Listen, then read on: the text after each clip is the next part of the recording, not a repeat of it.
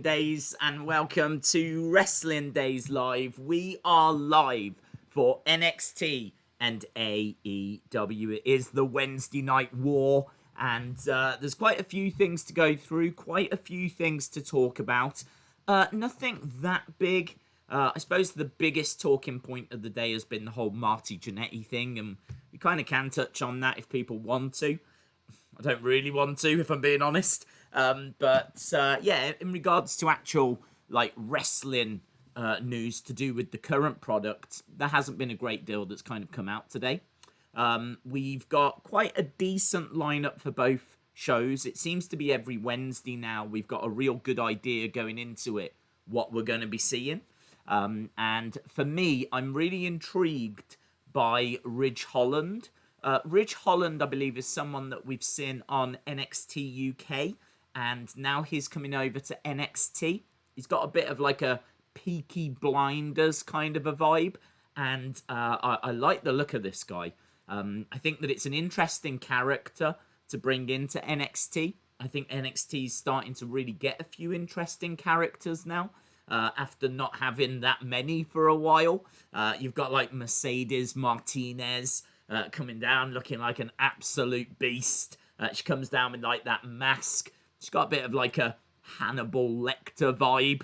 And then you've got obviously Dexter Lumis with a brilliant gimmick. You've got Karrion Kross and Scarlett. Now you've got Ridge Holland coming in as well. Plus, obviously, we had Phantasma. And that group of luchas that want to bring the prestige back to Lucha Libre. So, there's some really interesting stuff happening with the characters in NXT. I kind of feel like there's a real effort to kind of bring in a bit more of the character side of things. Because before that, we had people like Oney Lorcan. Do you know what I mean? Like, they didn't really have that much of a character. So, I like that. Over on AEW, we've got a World Championship match. We've got Jon Moxley defending the title against Darby Allin. So, that should be very, very interesting. For me, that's not had the build that I would like to see, if I'm being honest. I really feel like that deserves to have a bit more hype around it. Darby Allin, I kind of feel like there's just the title's not changing hands. The title's not changing hands. We're building towards MJF versus Jon Moxley, and as a result, they're not even really trying to convince us that the title could change hands here. Because, it's just not had that great of a build. But I like Darby Allin. I definitely think he's one for the future. I could see MJF winning that title from Jon Moxley eventually. But either way, I'm looking forward to the match. So both shows have got something for us, and looking forward to seeing what they deliver. Days, are you ready to see Zack Ryder's debut match? Yeah, Zack Ryder in action. Obviously goes by the name Matt Cardona, I think is his name. And he's going to be partnering Cody. So it's Cody and Matt. Sounds like a Nickelodeon show. Cody and Matt. Taking on Alex Reynolds and John Silver. So are they part of the Dark Order or something? I'm not too sure.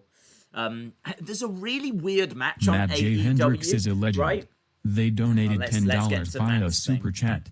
The rumored names to be a part of the Retribution stable are Tommaso Ciampa, Johnny Gargano, Rhea Ripley, Dominic Dijakovic, and Candice LeRae. Shout out to you, Matt. Matt says, rumored names for the Retribution stable are Tommaso Ciampa, Johnny Gargano, Rhea Ripley, Dominic Dijakovic, and Candice LeRae. Just carrying on what Days, did you hear about Marty Jannetty? I read what Marty had to write. Weird match in regards to the Elite and FTR versus Dark Order, because for me, I feel like a bunch of 5-year-olds could beat the Dark Order. I honestly don't see them as a credible stable at this stage. I kind of feel like they need to bring in more talent into the Dark Order, like Evil Uno and Stu Grayson are quite easily dispatched. The things that are just numbers are very easily beaten. So yeah, do the Elite and FTR really need to join forces to beat the Dark Order? Can we not just go and get like some school kids to do it instead? I don't know. So I'm not expecting that to be that competitive. I hope there's a twist. I hope that match has got something, whereas the Dark Order are going to reveal a brand new member. Obviously, we know they've been, coaxing and trying to convince Colt Cabana for a while to join them.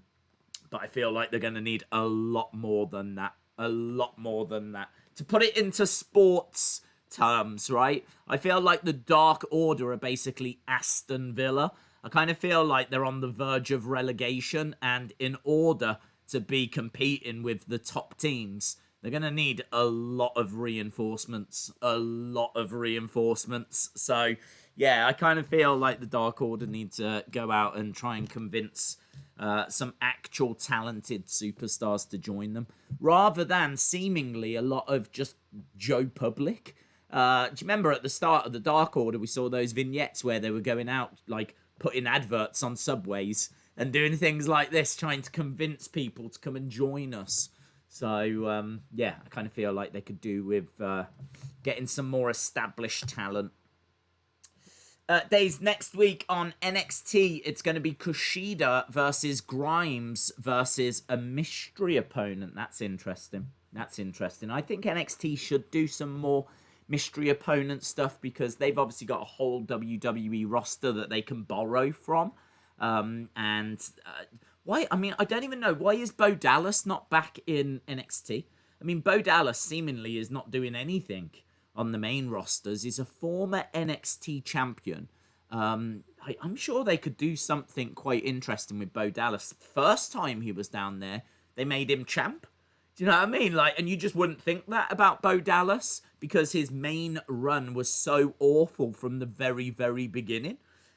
He's never got out of like enhancement talent mode, but yeah, he was former champion. If you go back to the first ever NXT pay-per-view event, like the Takeover, the first one I believe was Neville versus Bo Dallas as the main event. So yeah, I really think they could lean a bit more on that whole mystery thing. AEW have got a mystery thing tonight. And that's going to be who is the moderator for Jericho and Orange Cassidy. And we already know, it's already been leaked. I'm not going to say, but I do know. And yeah, it should be quite fun. Quite interested in seeing that as well tonight. So we're kind of touching on a few different things. Let's just quickly run through both cards so that we're all on the same page. So AEW has got Jericho and Orange Cassidy with a moderator, a special guest moderator. They're just face-to-face. It's not the match at this stage.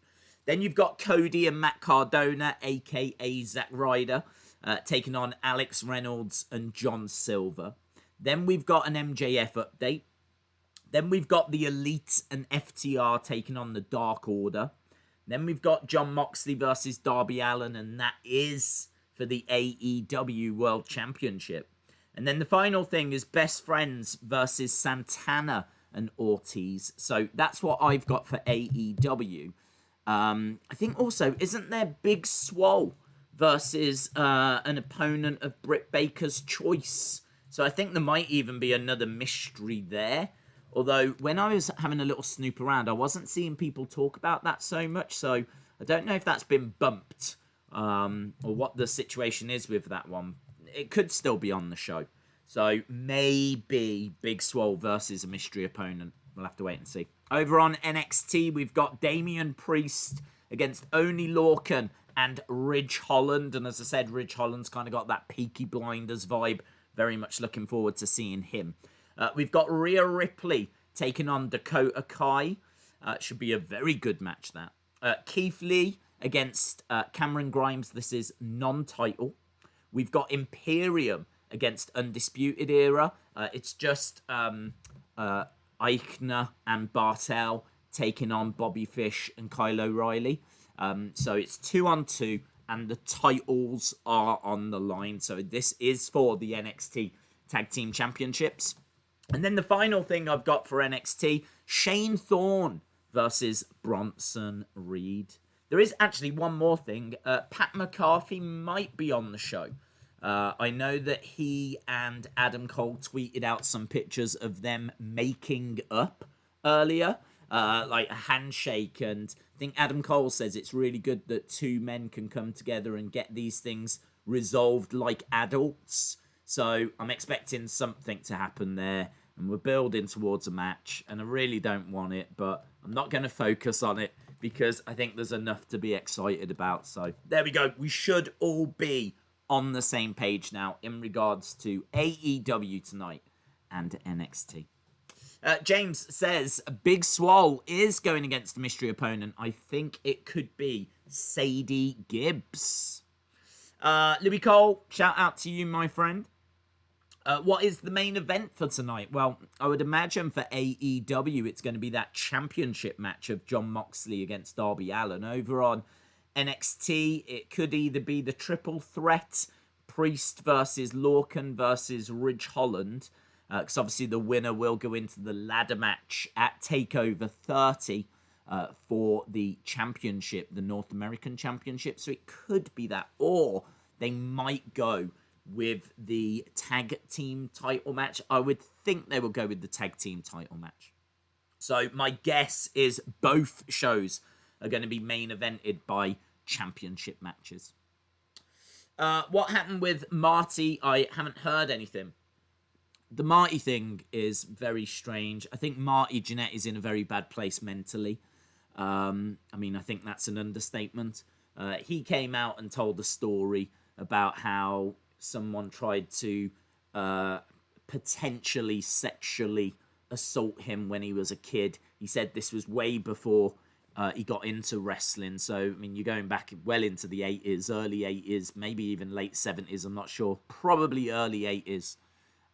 So you're going back a long, long time ago. I mean, it doesn't change how, important this is if it's true.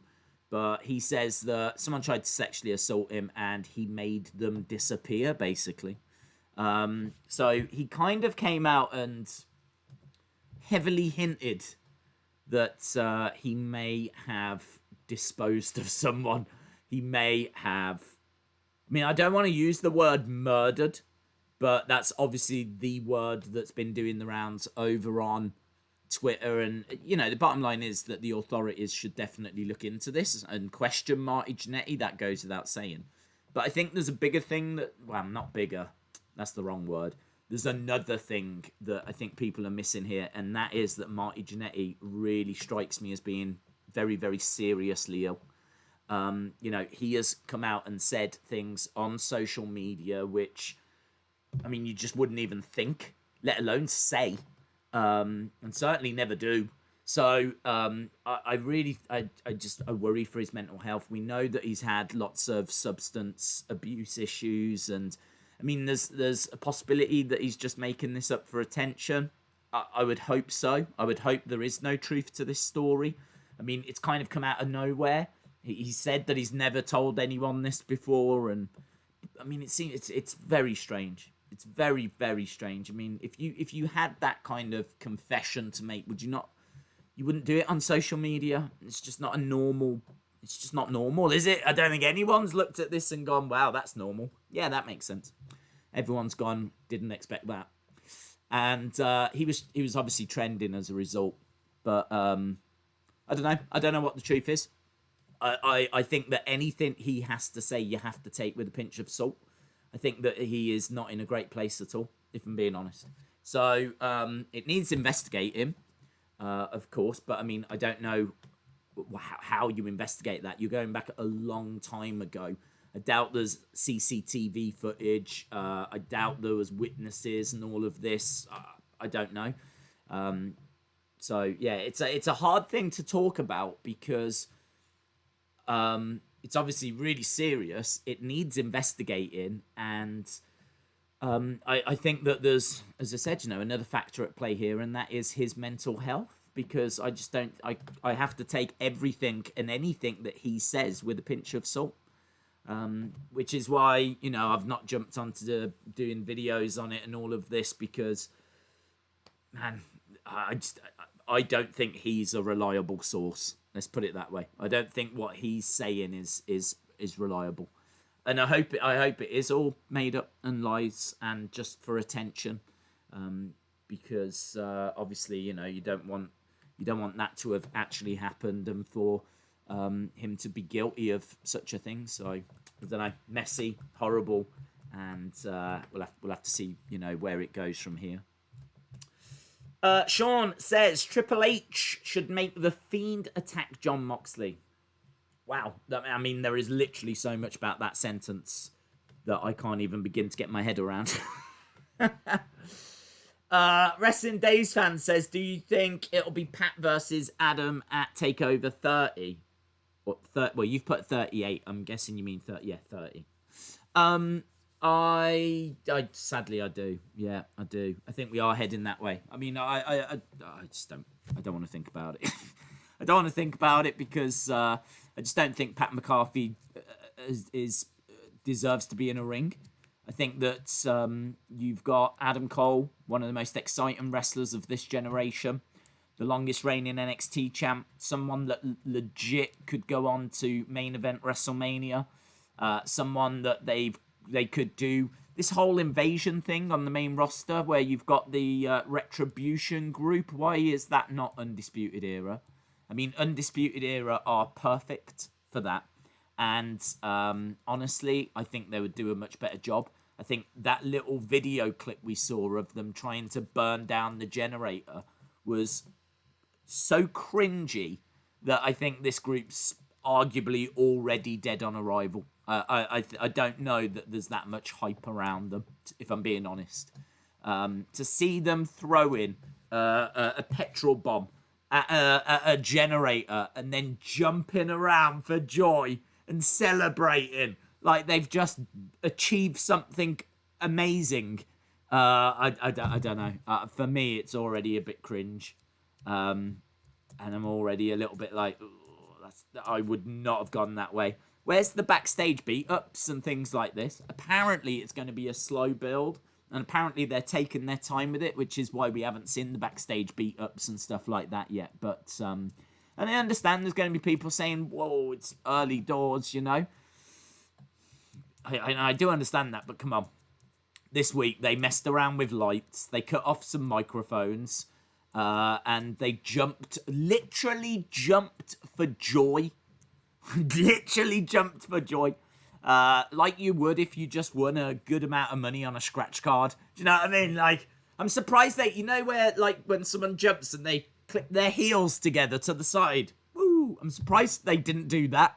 I'm surprised I thought one of them was going to, actually. So, yeah, I don't know.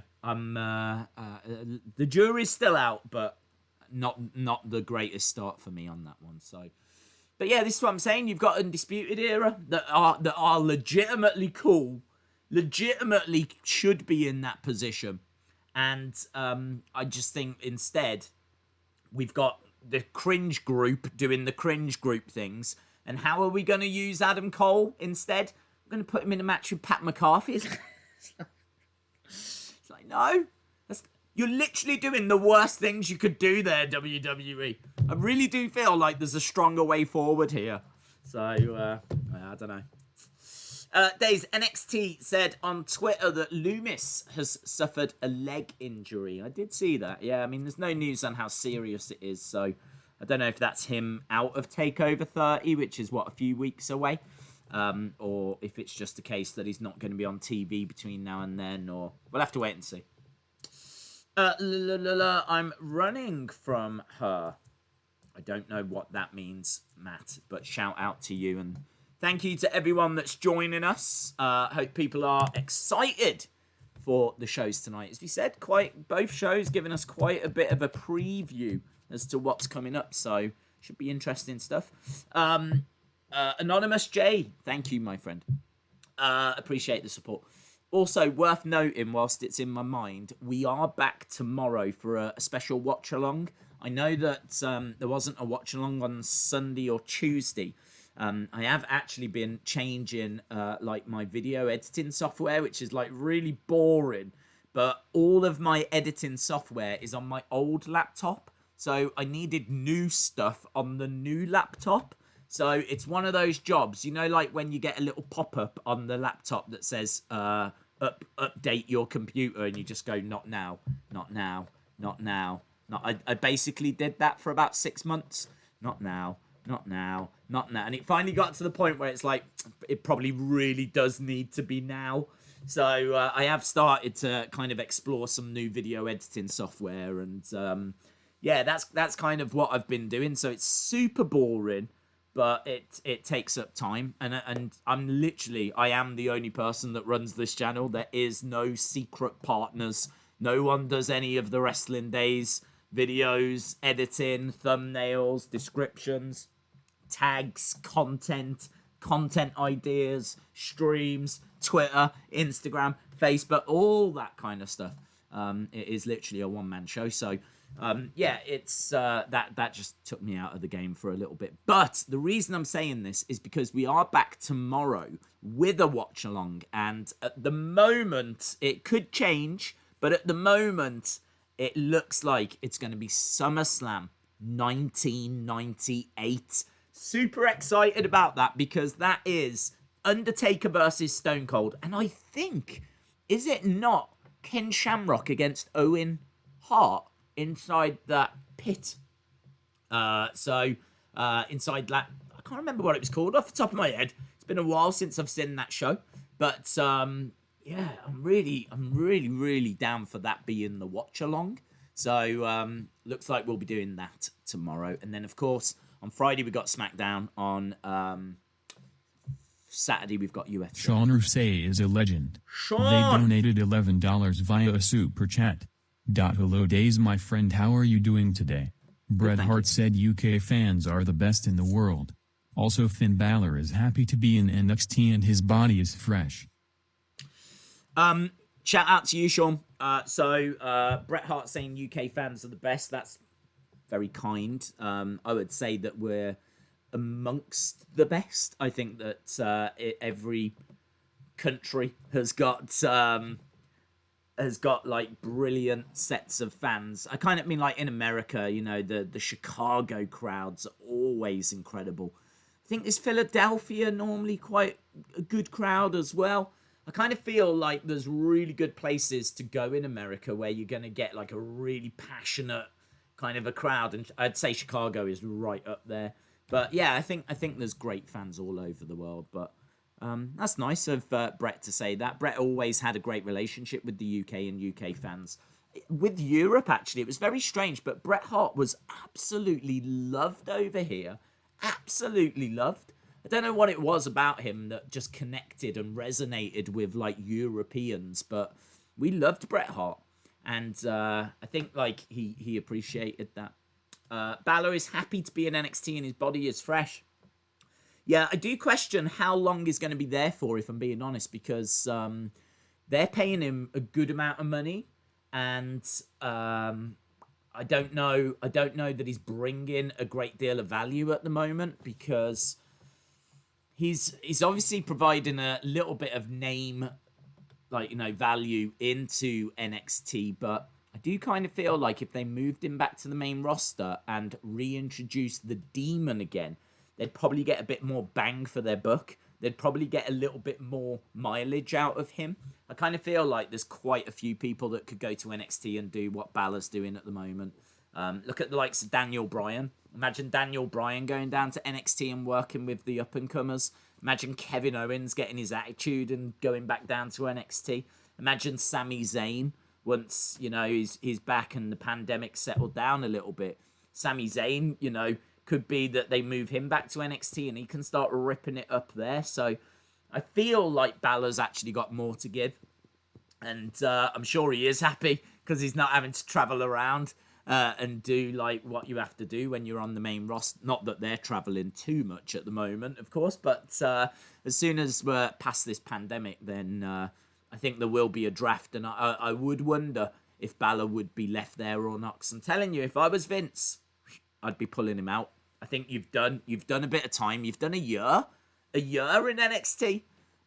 So we're going to pull you out now and bring back the Demon. There's a lot of people that want Demon versus The Fiend, and you'd have to think we're going to get that at some point. You would have to think. Why are you doing a members only stream?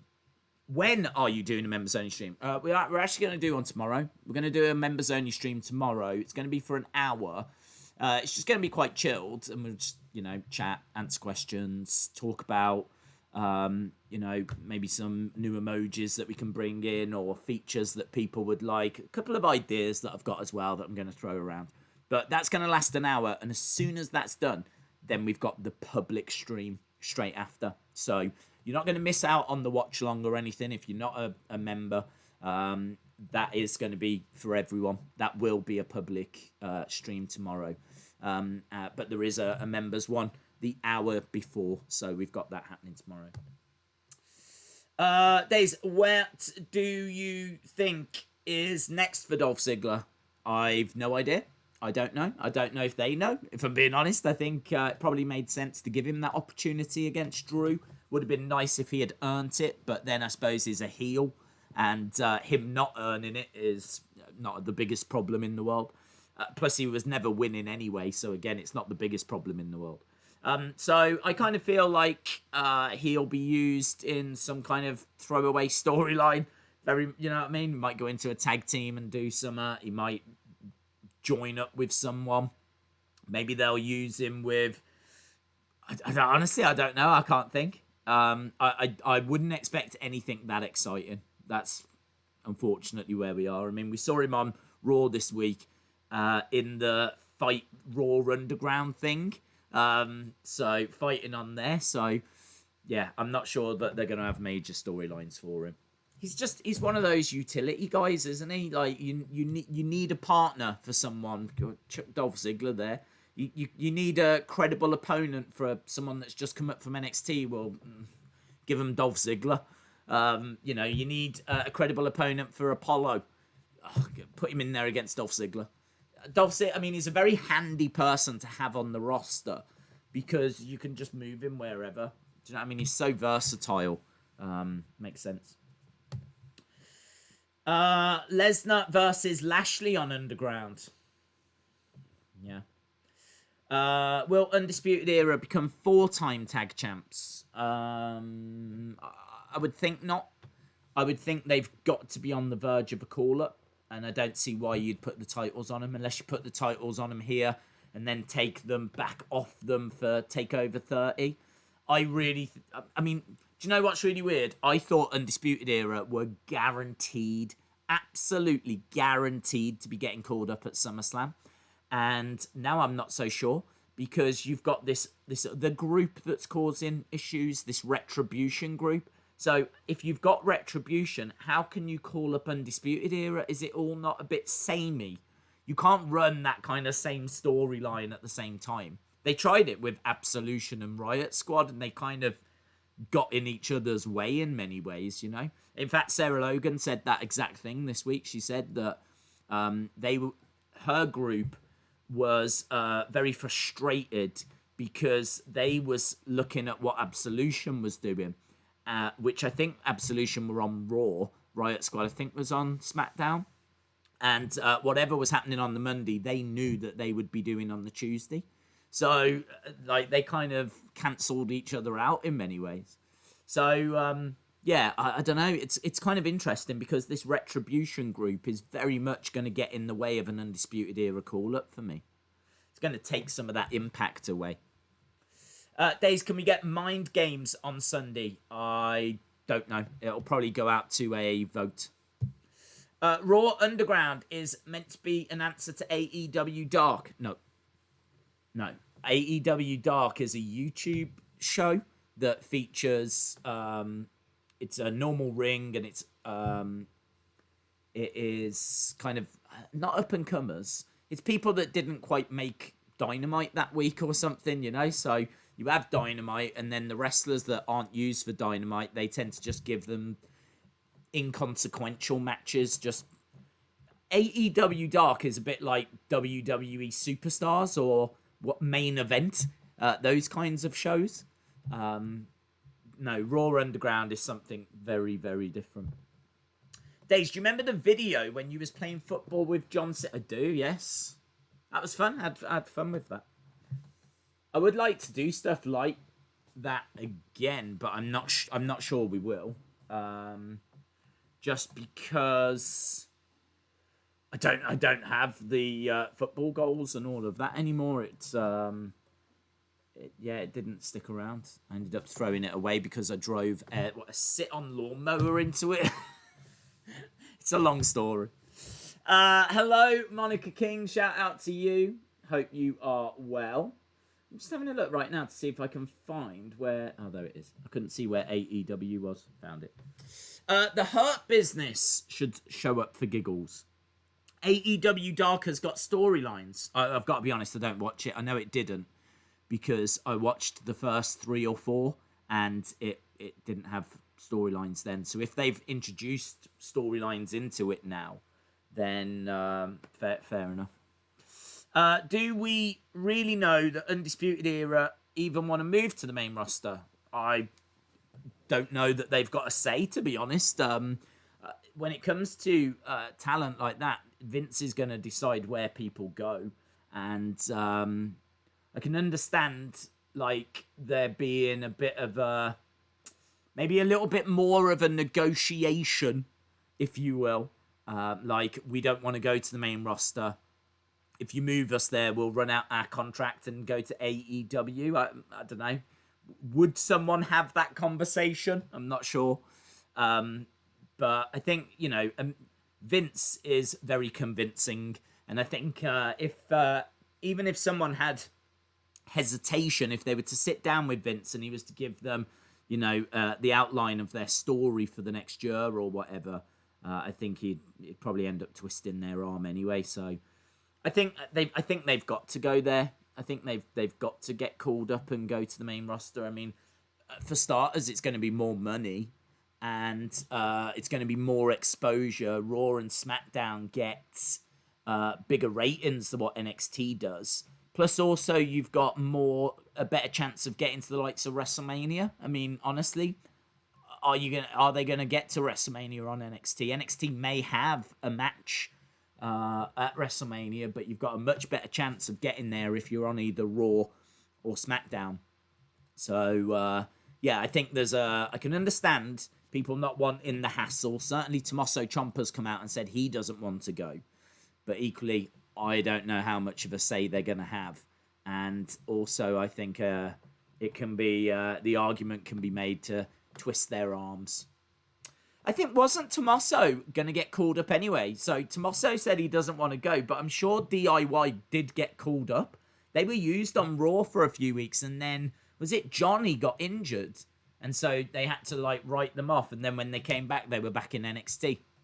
So I know they have done stuff on Raw and SmackDown and whatever. And honestly, I can see them having to do more because as they're competing against AEW, using NXT, I'm surprised they haven't done it more, actually, thinking about it. NXT stars on Raw and SmackDown. I don't know why we've not leaned into them a little bit more. Do you know what I mean? Like, just had a NXT feature match on Raw. I mean, Raw's 3 hours long. Are you telling me we can't throw one match over to NXT? It's just a really good advert for NXT, It just helps bumps the ratings on a Wednesday. So, yeah, I'm surprised they haven't done that, in all fairness. Especially considering they're literally just down the road from each other. One's at Full Sail, the other's at the Performance Center. I think it's about 10 minutes in the car. So, yeah, I've never thought about that. Interesting. Days, I'm hyped for the 12-man tag on AEW. Cool. We are NXT, says Moose Games. If Undisputed Era do get called up, how do you think NXT would do? NXT would be fine. Honestly, I think if Undisputed Era get called up, then I could imagine it being quite close to a draft because I think you are going to have to replace them with some names. I understand you've got people coming through from the Performance Center, like Performance Center recruits, but you are losing some name value there as well. So I honestly am expecting once we get this draft, because apparently there's one coming in October, November, superstar shakeup kind of a thing. Once we get to that, I am expecting them to move some of the main roster talent down, because at the moment it's not a fair fight. At the moment you've got NXT and you've got AEW, and AEW have got Matt Hardy, John Moxley, they've got Cody Rhodes, you've got the Young Bucks, you've got Kenny Omega. They're leaning on bringing in the likes of Arn Anderson, Jake the Snake Roberts. There's a special moderator tonight, which I don't think I'm spoiling anything by revealing it's a known name. Do you know what I mean? It's not Pat Jones from down the road. Do you know what I mean? They've gone and got a name. I mean, even on that little women's tag tournament thing that started the other day, they managed to get Alondra Blaze. So, all credit to AEW. They're spending the money. They're bringing in the names. But, I mean, NXT has not got that star power. NXT just doesn't have that brand recognition, doesn't have those names. So, if they are going to compete and really try to beat them in the ratings, you're going to need the likes of Kevin Owens, Sami Zayn, Finn Balor, Daniel Bryan. We had Charlotte Flair for a time. We've seen the likes of Sasha and Bayley, and it's a real balancing act. It's a real balancing act because you don't want it to become Raw and SmackDown. Totally understand that. It is its own brand. It's a very special place, NXT, and I think you need to keep it as the wrestling show, which is why I'm not saying names like Baron Corbin. Baron Corbin was in NXT, but his gimmick now of King Corbin and everything, he's very much a SmackDown superstar. He doesn't really fit the NXT mold anymore, but Kevin Owens does, So I kind of feel like there's good wrestlers. Look at the likes of Drew Gulak. I mean, he's not really got the name recognition yet, but he fits a lot better on NXT than he does on SmackDown. That's the problem with Timothy Thatcher. Timothy Thatcher is a great wrestler, but I can't see him working on SmackDown or Raw. I think it's going to be very difficult for him. But on NXT, he does really well. So, it's interesting stuff. Imtiaz says, Days, Shahid Khan got his team Fulham promoted back to the Premier League through the playoffs. So they've won 160 million. Hopefully he invests some of that into AEW. He won't take money out of Fulham and put it into AEW. No way. Fulham, in order to stay in the Premier League, are going to need every single penny of that. Wasn't it? Didn't Aston Villa spend over 100-odd million to try and they were fourth from bottom. So it's the gap between the Championship and the Premier League is so wide. I can't. I don't think he would do that. Robin says, I think Pat will bring someone in to help him. Louis Cole. Yeah, I answered that, dude.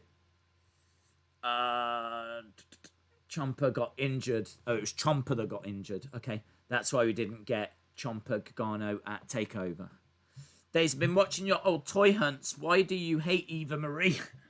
There's actually a Wrestling Escape Pod video that covers that in beautiful detail. So we go through the history of Eva Marie. I talk about why she wound me up the wrong way. I mean, cut a long story short, I've got no problem with her as a person. My problem has always been that she was brought in for the diva search. She was brought in not because she was ripping it up on the indie scene. She was brought in because of her looks, and that was it. So they just wanted a pretty girl that they could have for Total Divas. And obviously then they had to try and find a way of using her, and so they started to try and use her in the ring. Well, that's not what I want to watch. Do you know what I mean? I want to watch trained professionals. I want to watch the Timothy Thatchers of the world. I want to watch the Adam Coles of the world. And she is not of that ilk. So that was my problem with having to sit and watch her matches. But I also understand that it wasn't aimed at me, you know. Her matches were aimed at the Total Divas crowd. Doesn't mean I have to like it, though. So that was my issue with her. But as I said, there's a whole Wrestling Escape Pod episode on that. Robin says, Days, I don't think that Thatcher will go to the main roster. He's almost 40. Everyone, shout out for keeping track of WWE and AEW. Moose Games, shout out to you, dude. True, saying days. I just thought Khan already had a transfer budget, so this could be additional revenue. No, I get your point. I understand what you're saying. I just think that Fulham is a bigger deal to them than AEW. No doubt about that. The money that Fulham can generate. I mean, being in the Premier League is a bigger deal than AEW is. In fact, it was quite interesting because Tony Khan tweeted out the other day when Fulham got promoted to the Premier League. He said that being owner of Fulham or co-owner or whatever his title is the biggest thing in his life. It's what he is most passionate about. He tweeted that out, and I was like, that might not go down too well with AEW fans or Jacksonville Jaguar fans, but it's one of the biggest leagues in the world, the English Premier League. I mean, it's shown all over the world. So the fact that they own a team that's a part of that is bigger than AEW. Tall Paul 2000s Gaming Channel says, just want to help support the channel. Tall Paul 2000s Gaming Channel, shout out to you, my friend. Shout out to everyone that joins us, man. It's great to have. I love having these conversations. And it is a bit more wrestling focused on a Wednesday because, of course, the shows are more wrestling focused. But I do love having these conversations because we do get such knowledgeable people that join us. I mean, there's people jumping in that are telling me, no, I think you'll find that it was Tommaso that got injured, or the rumours are this is the plan, and all I do is read articles all day long, so, but there's so much stuff out there and so much stuff that's happened in the history of wrestling that it's great that, as we said, we've got such a knowledgeable community. Chalmers says, random question, what promotion has got the best women's title? I would... That's a really good question. Straight away, not AEW. I think it's the worst. I know that, I think AEW's world title, the one that Moxley's got, is one of the best belts in wrestling. So if you're an AEW fan, right, I'm going to give you a compliment, but then I'm going to hit you with what I think is a truth. My compliment is that your world title is one of the best out there, but your women's title is trash. It's way too small. It just doesn't look prestigious to me. It honestly... It feels like it was made for Rio. It really feels like it's made for a smaller female. Like when Nyla Rose had it, it just didn't look right. And I don't like it. It looks too small. It looks too inconsequential. So I'm not a fan of that one. In regards to WWE, I think their Raw SmackDown ones are awful. So for me, I'm starting to look at things like NWA with Thunder Rosas, which I think looks cool. And NXT UK, I think looks cool, but it's very similar, isn't it? I mean, it's not that different to the NXT UK Championship. Like, the two are very, very similar. But I love that belt. That, to me, is also one of the best belts in wrestling. So the fact that the female one is basically the same but on a different strap, I feel like there might be the odd difference, but I think it's largely just the same on a white strap. But yeah, I do love that belt. I think it's an incredible design, but because it's the same as the men's and it isn't its own design, I'm gonna say NWA. But I don't feel brilliant about it.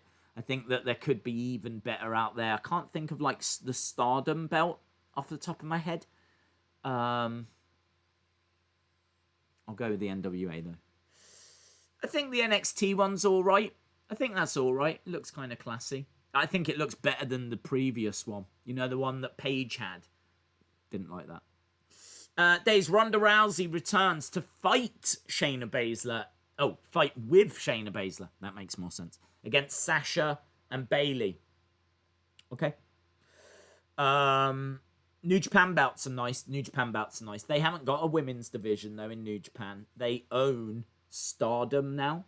So there is no women in New Japan. But their main belts are nice, yes.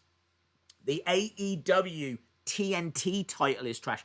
We're not too far away from that being finished, though. That's the only thing I would say is apparently they are still working at finishing that belt. So let's wait and see. I mean, right now, yes, it's one of the worst belts out there, but it's the only belt I'm aware of that's not completed. So, yeah, we'll wait and see. I mean, even though it's not completed, I've still got it on a par with the 24/7 title. So once it's completed, then it's going to be better than that 24/7 title. I've never liked that belt. Never been a fan of that. Days, was last night members only, or did you have a break for the night? No, there was no stream yesterday because I was getting my head around that video editing software, as I mentioned earlier, which I'm kind of there or thereabouts with. But I obviously record Wrestling Escape Pod on a Tuesday, and you guys then see it on Friday. And I got to tell you, had so much fun with that this week. Honestly, so much fun with it. I got a message from Tommy, who I'm sure won't mind me telling you this, but Tommy, who I do that with, he got in touch to say, can we change it? I know it was meant to be SummerSlam, but do you mind if we do something else instead? And I was like, yeah, what do you want to do? He's like, I have got to talk about Raw Underground. And I was like, cool, okay, yeah, we can definitely do that if you want to do that. So he had some thoughts about Raw Underground that he wanted to get out there. And honestly, I mean, it's been such a big talking point this week. I was down for doing that. So, and I think what's been really interesting is the amount of people that have come out kind of taking credit for it, if you will. I've seen that Shikara did something very similar. I think, was it Bloodsport as well? Matt Riddle, Bloodsport, did something similar. Obviously, then comparisons to Fight Club, Def Jam Vendetta, just loads of different things, you know. So there's kind of there was a little bit there to explore, and then get his thoughts on, and I chucked my thoughts in there as well. And it was relaxed. It was fun. I feel like it's going to be a good episode. So yeah, that's this Friday. Austin, are you going to get the AEW figures? It's not high on my agenda, if I'm being perfectly honest. Just because when it comes to figures, I've got to the point now where I've got an absolute mountain of them over there, which is amazing. But it's also made me realise that it's like, wow, that's a lot of money. That's a lot of money that's literally just stacked up in the corner. So I do look at it, and I do love them, but I do look at it and go, can I justify going out buying more? Just honestly to add to that pile, because that doesn't feel right. It felt right when we were doing more figure videos on the channel, but obviously what with coronavirus and everything, we've not been doing the toy hunts. I used to go out, do the toy hunts and get figures that way. People love the toy hunts. I love doing them. People love watching them. It's the most requested videos on the channel. And so when I'd go out and we'd just have a laugh, going around the shops, having a look, seeing what's on the shelves here in the UK, I would end up picking some up. But since I haven't been doing that, I've not been getting the figures. And honestly, just ordering online just doesn't feel right to me. Like, I could easily do that, and I could easily like get figures, but where's the excitement there? Do you know what I mean? So I kind of feel like that side of things is just a little bit problematic in 2020. A lot of things are problematic in 2020, and that is one. How is your day going? My day's going all right, man. Yeah, my day's going all right. I'm feeling pretty good. Do you know what is really interesting is because we've not been doing those extra streams, because I've been getting my head around video editing software and everything, a nice little side effect is I do now feel a lot more refreshed. I do feel a lot more alert, a lot more awake. And I mean, we went on a real run, man. We did 100 streams in a row. consecutively, and then I think we had a day off and we ended up doing another 5 or 6. And so this past week, just having a couple of days where I ended up going to bed a little bit earlier and whatever, I'm definitely feeling the benefits of it. So in a good place, man. Yeah, feeling really, really good. Looking forward to tonight, seeing what the 2 shows have got. Back tomorrow for SummerSlam 98 watch along. SmackDown, UFC. It's all good in the hood, my friends. Days, what is your favourite AEW and WWE theme? AEW theme, I can't answer. That is one that I'm going to throw to you guys because I always have to have the sound turned down. And because AEW is on my laptop that's closer, that's always down the lowest. I can afford to have the TV up a little bit louder because it's further away. But because it's right there, I can't have AEW volume up very loud. Otherwise, we're getting copyright strikes and stuff like this and things get real moody. So I can't answer on that. I honestly don't know. So please feel free to jump in and let me know what do you think is the best AEW theme. In regards to NXT, I really do like Dexter Lumis's. When it comes to the main roster, I think Aleister Black's theme was always great. I mean, obviously Undertaker if you want to talk all time. But I do love Aleister Black's. They've stopped, apparently Vince has stopped the rising up for Aleister Black. That's not a thing they're looking to do anymore. They might bring it back for like the pay-per-views, but you've not been seeing him doing that for a long, long time. So yeah, something Vince apparently just doesn't see it in Aleister Black. He's not feeling it, and I don't know why. So yeah, bit weird because I really like him. I think he's got a lot of positives. Dej, you should just tell YouTube to let us just buy a year's membership. I honestly, we're literally exploring this together. I don't believe that is an option. But shout out to you, my friend. I'm really pleased that you're enjoying it. I've got this is another benefit of not streaming every day, is it's given me time to think about things a bit more. I've got definitely a few tweaks and changes I want to make to the emojis, more that we're adding. What's been brilliant is because so many of you have actually joined the channel. I think we were allowed 4 emojis, and then when you had so many people join, it went to 5.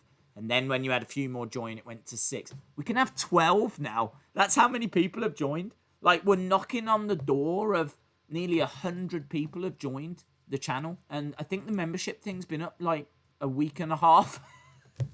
it's crazy. So shout out to everyone that has. And as we said, our first members only stream that will be taking place tomorrow. Days, how are you doing? I'm good, thank you, Jacob. Hope you are well. Ethan says more talent wasted by Vince. Days, Montez Ford got poisoned. Yep. Lewis says, are you doing another Total Divas stream soon? I'm going to be honest. I think we will. They are streams that I never look forward to doing because I always think to myself, how are we going to make this entertaining? Like, how are we going to have fun with this? But the episodes are always so crazy that we do find a way. And they have ended up, even though they don't get like loads of people joining them, because I think people look at it and go, I'm not watching Total Divas, which I absolutely understand. They have been very fun streams. So we're at the point where we're 2 episodes away from the end of season 1. I think we're definitely going to finish season 1. I don't think we go and start season 2 or anything like that. But I think we'll definitely see out season 1. So yeah, I can see us just wrapping that up and putting it to bed, if you will. Because it would be a bit of a shame to not finish off season 1, seeing as we've watched 12, 13 episodes. I think there's 15 episodes, so we will. Chris DeZuba, shout out to you, my friend. Shout out to you, Chris. Legend. You're the best streamer. Jeremy, thank you, my friend. £10 podcast. Especially since it shows how long we've been members. I can't wait to be a 20-year member. Ballyho! Ballyho to £10 a podcast. I do like that as well. Yeah, that is cool. I do like how the little logo The longer that you're joined, the more that like it changes color and it shows how long you've been a member for.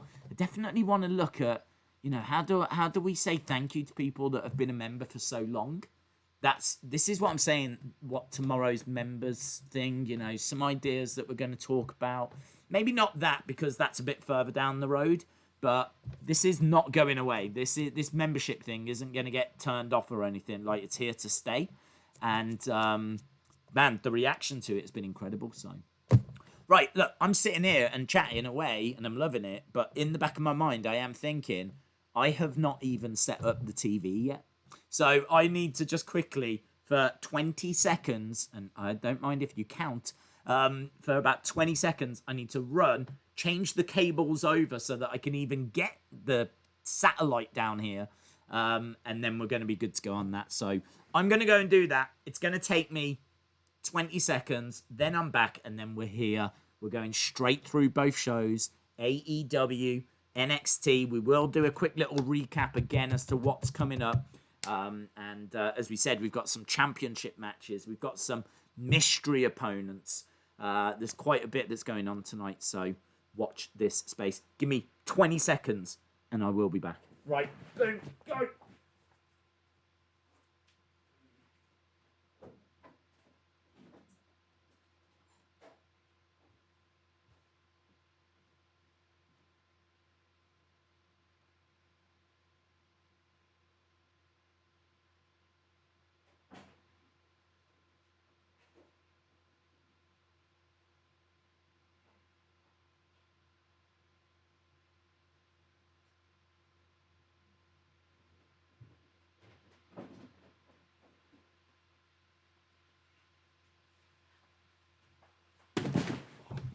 Was it even 20 seconds? That's the question. Was it even 20 seconds? I'm going to say no. I'm going to say that we clocked in at about 15. Woo! Right. Time's up. No, I made it, dude. I made it. I'm here. We're all good in the hood. Right. So let's do that recap that we said we were going to be doing. We have got on NXT Damian Priest, Oney Lorcan, and Ridge Holland in a triple threat. Winner goes on to take over 30. We've got Rhea Ripley taking on Dakota Kai. We've got Keith Lee taking on Cameron Grimes. We've got Imperium taking on Undisputed Era. That is for the tag titles. Shane Thorne taking on Bronson Reed. And apparently Pat McAfee has got something to say. So we'll have to see what he's got to say. But he did actually make up with Adam Cole. So this is going to be quite interesting. In regards to AEW, we've got Jericho and Orange Cassidy face-to-face. Special moderator involved. We've got Cody and Matt. They're taking on Alex Reynolds and John Silver. We've got MJF. He's going to be doing a promo. We've got the Elite and FTR taking on Dark Order. We've got an AEW Championship match, which is Moxley versus Darby Allin. We've got Best Friends versus Santana and Ortiz. And we've got Big Swole taking on a mystery opponent. So, whoo! I'm telling you, there is a lot going on there. Lauren says it was 38.47 seconds. I don't think so. Don't you worry, I'll be going back and timing it myself. So if you're trying to have me on, yeah. I'm telling you, I broke the land speed record. Days, I live 30 minutes from where Marty Jannetty grew up, so it feels a little bit weird. Did you get shocked by the cable? I did not get shocked by the cable. No, it went very, very smooth. I was very pleased. Days, MJF promo on AEW. Yes, indeed. NXT is starting now. It's starting in a second. Yeah, I've not quite got it on screen yet. I mean, I've got the channel, but NXT hasn't started here for me yet. We're 25 seconds according to... I don't know. I hate that alarm. Every single freaking week.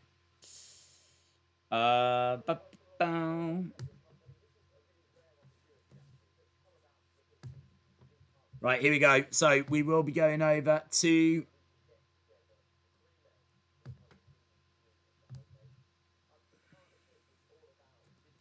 AEW.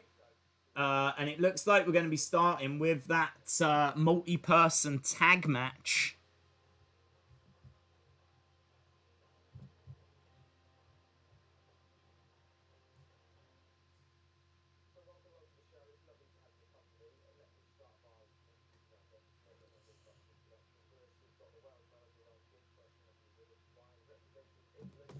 What's happening here? BT Sport just put a little advert up saying, in light of recent developments, we've changed our scheduled programming. What does that mean? What does that mean? What does that mean? Okay, hang on. Let's type this down. So we've got the Elite versus Dark Order. Is there anyone in the UK that knows what that means? Why is BT Sport not showing NXT right now unless they've just moved it? NXT isn't on BT Sport 1. Oh no, that means I'm going to have to run off again. What channel have they moved it to? And why have they moved it? And what do they mean in light of recent events? What does that mean? Oh, because the NBA. But the NBA's not on. That's not the NBA, though. BT Sport has changed their schedule. We won't get NXT tonight. What? There's no NXT on BT. What? Hang on. We've got dramas. What does that mean? It's not airing here as well. BT Sport has turned heel. What? I didn't know about this. Hey, what's happened? What has happened? Let's have a look. Big developing story. BT Sport 3. Hang on. What do I want to do? I want to go to BT Sport schedule. I honestly did not know about any of this. I mean, we've just sat here for an hour just chatting away. If I knew that there was any kind of drama.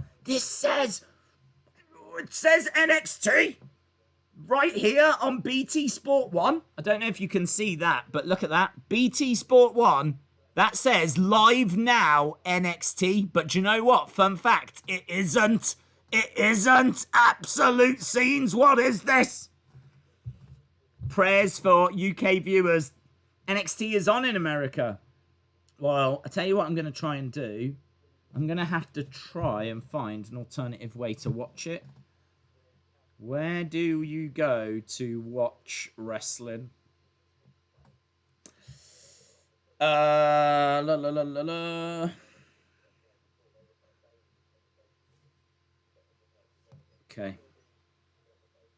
Scenes? Why have they done this?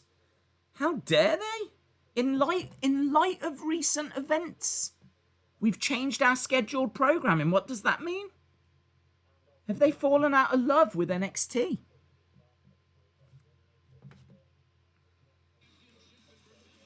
Okay, friends. Rest assured, I've got it.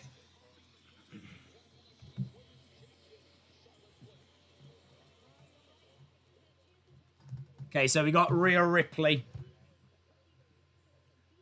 Absolute scenes. Absolute scenes. Scenage. Look at the blonde hair. This should be a good first match, actually. Rhea Ripley against Dakota Kai. Let's plug that in. Oh my god. Can't believe all the drama that we've gone through in just the space of like 5 minutes. I had to break land. I had to become Usain Bolt to change it over. Just think about that. I went and changed it over. I didn't even need to. Do you remember? The running, the jumping. I didn't need to do any of that. They just made me do exercise, physical exercise for no reason. What a sham. Absolute sham. Interesting fact as well. It looks like something's gone wrong with Raquel Gonzalez because she is no longer with Dakota Kai. Dakota Kai is having to fight this fight on her own, and that has been for a few weeks now. So there hasn't been any announcement about Raquel Gonzalez, but seemingly she is not in the corner of Dakota Kai anymore, unless we're going to see her make an appearance at some point tonight. But yeah, interesting. Daze was having a mental break. I was having a mental breakdown, I tell you. Unbelievable. Physical exercise? Can't believe it. Daze versus BT Sport at WrestleMania 37. Yeah, well, look, we are underway. We've got Dakota Kai in there against Rhea Ripley. And Ripley with her blonde hair. And this, as I said, this should be a really, really fun match. Nice big slap there by Dakota Kai. Rhea Ripley getting up to her feet. Over on AEW, we've got the Young Bucks. We've got Omega. We've got Hangman. We've got FTR taking on the Dark Order. So it's Colt Cabana. It's Brody Lee. It's Evil Uno. It's Stu Grayson. It's someone in a mask. So just a big 12-man tag match. Dakota Kai struggling a little bit here against Rhea Ripley. Oh, the massive chop that Rhea Ripley just... I think she just caved in Dakota Kai's chest. That was hellacious. Oh, she went for it again, and this time Dakota Kai gets out the way. Still eats one, though. Look at that. Even Rhea Ripley's having to shake the sting off her own hat. She's like, woo!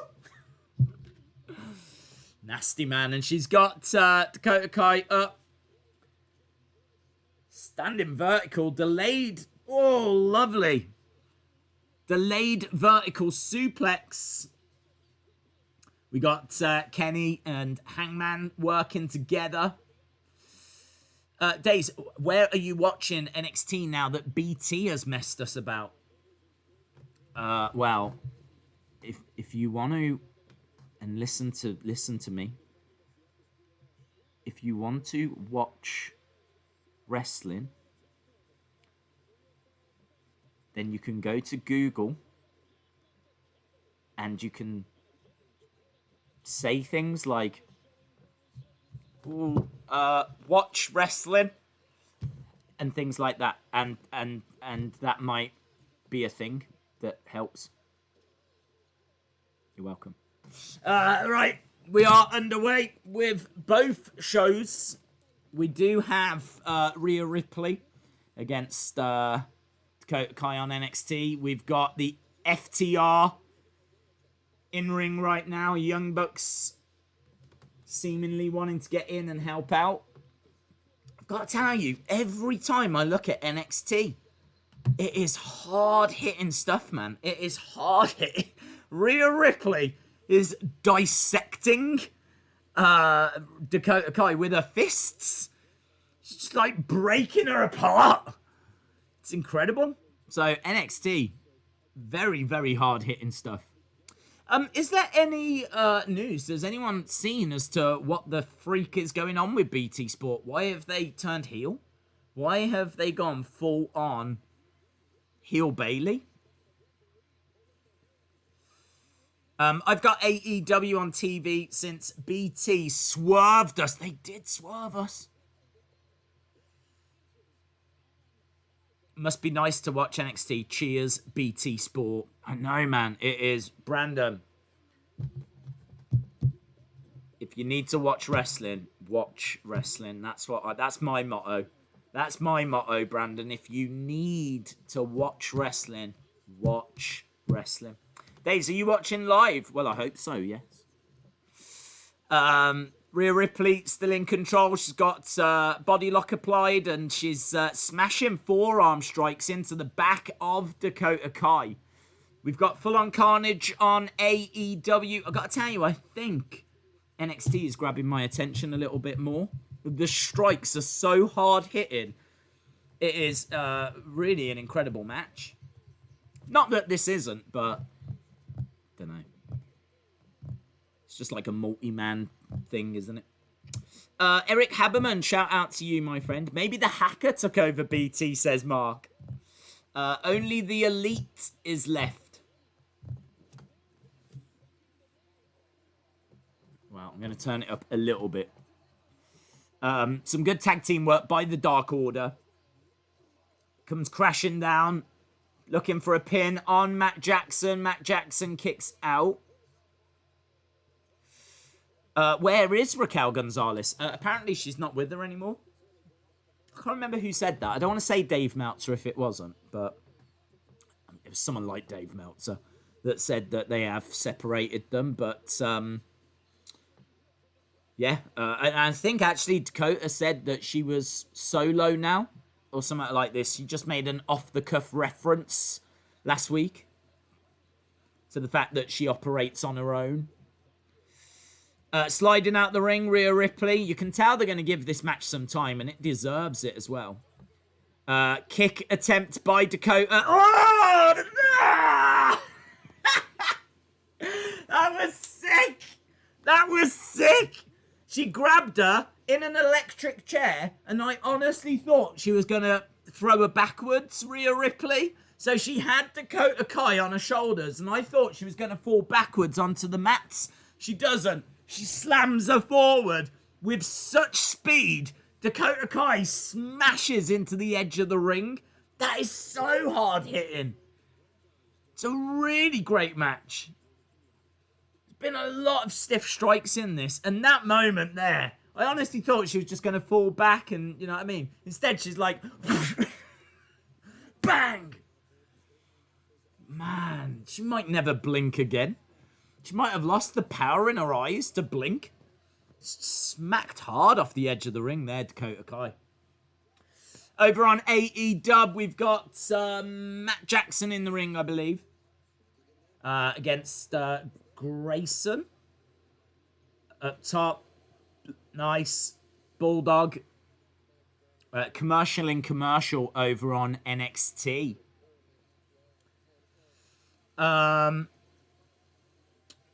Watch wrestling isn't strictly. I don't know what you mean, Swamp Manor. I don't know what that is. C4 Boys says BT Sport didn't give us NXT because of how nice Bret Hart was to us. Yeah, Bret Hart says the UK has the best fans. BT Sport was like, they're not that great. In fact, they don't even deserve NXT. Lol. Against the ropes goes Matt Jackson. There's what has happened to Jessamine Duke and Marina Shafir. They are officially members of the crowd on Raw. You see them all the time on Raw and SmackDown. That's what they are now. They're highly paid crowd members. Which is a job I was born to do, man. I have got no... If that is something they're doing, first of all, I'll take the risk. I'll go, right? Social distance and all of this, like, everyone stay away from me, but I'll go. I'll be the most enthusiastic person you've ever seen, yeah? I will make the wacky inflatable arm men look like they're moody moodsters, right? I'll bang the thing, I'll jump around, yeah, I'll cheer for King Corbin if you want, I don't care. I am born for that job. Don't have Marina Shafir and Jessamine Duke doing it. Vince, yeah, be the best investment you ever make. All you have to buy me is like an all-you-can-eat Ponderosa. I don't cost much. Evil Uno grabbing the leg of Hangman Page. We are still at picture-in-picture on NXT. Top rope Enziguri by Grayson. Backing away, edge of the ring. Slammed down onto the edge of the ring by Hangman. Do love Hangman. He is so over, isn't he? He is super popular. Here's Brody on the edge of the ring. I don't understand. Why did he just stand and watch? I don't understand. Why did Brody Lee stand and just watch Hangman moonsault and land on the Dark Order? Why? I don't understand. They're just staring at each other. I honestly thought that Brody was going to go over and push Hangman, but he didn't. He's just watching him.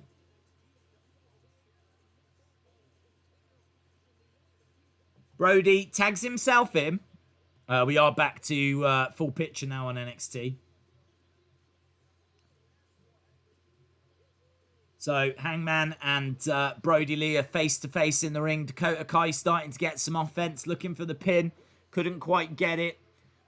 Strikes being traded between Brody and Hangman. Do love Hangman, as I said. Big boot by Hangman. Oh, that was good. Hangman goes against the ropes. Evil Uno and Grayson separating those ropes, and he falls through. Suicide dive by Brody Lee. And Dakota Kai in control here. Really stretching out Rhea Ripley. So much for watching NXT tonight. Oh, you should be able to find it if you search for it. I can't watch it on BT. How are you watching it? You can find it online, dude. You can find a way of finding it. The Rhea Dakota match is winning by far. Oh, it's so... Every time I'm looking at it, it is so good. So hard hitting. Clothesline. Dakota goes down. And again. Rhea Ripley. Knee strikes to the face by Rhea Ripley. You get the feeling that Triple H said to him, go out there and just steal it. Steal the show. We're giving you a good... Oh, it's on! NXT is on!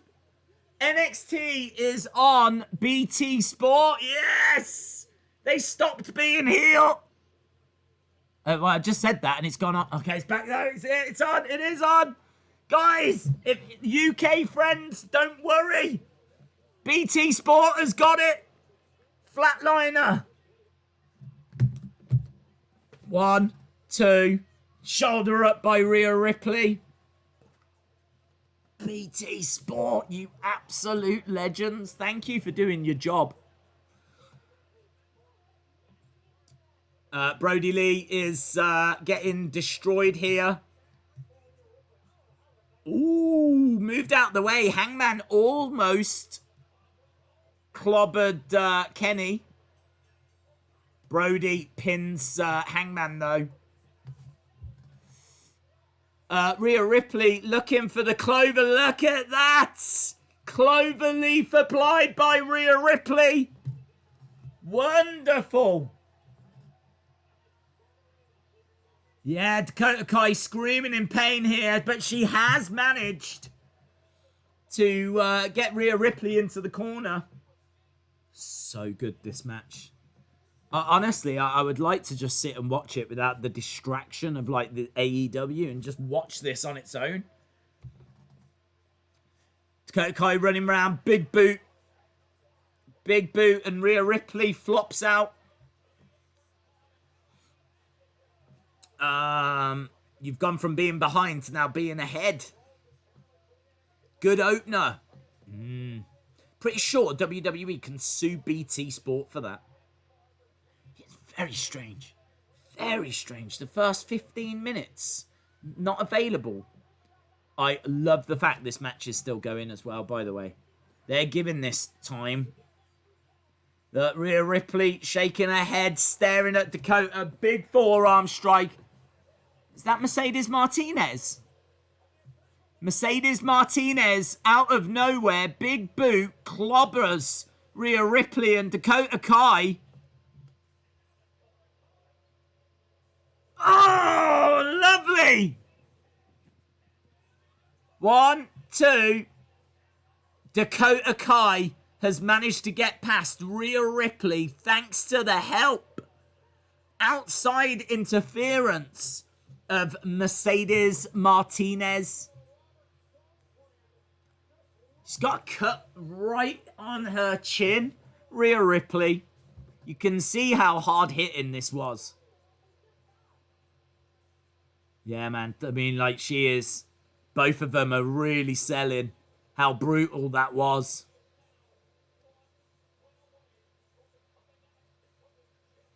So, does that mean that we're going to get Dakota Kai against Io Shirai? Yeah, there's Mercedes Martinez. Just a big boot.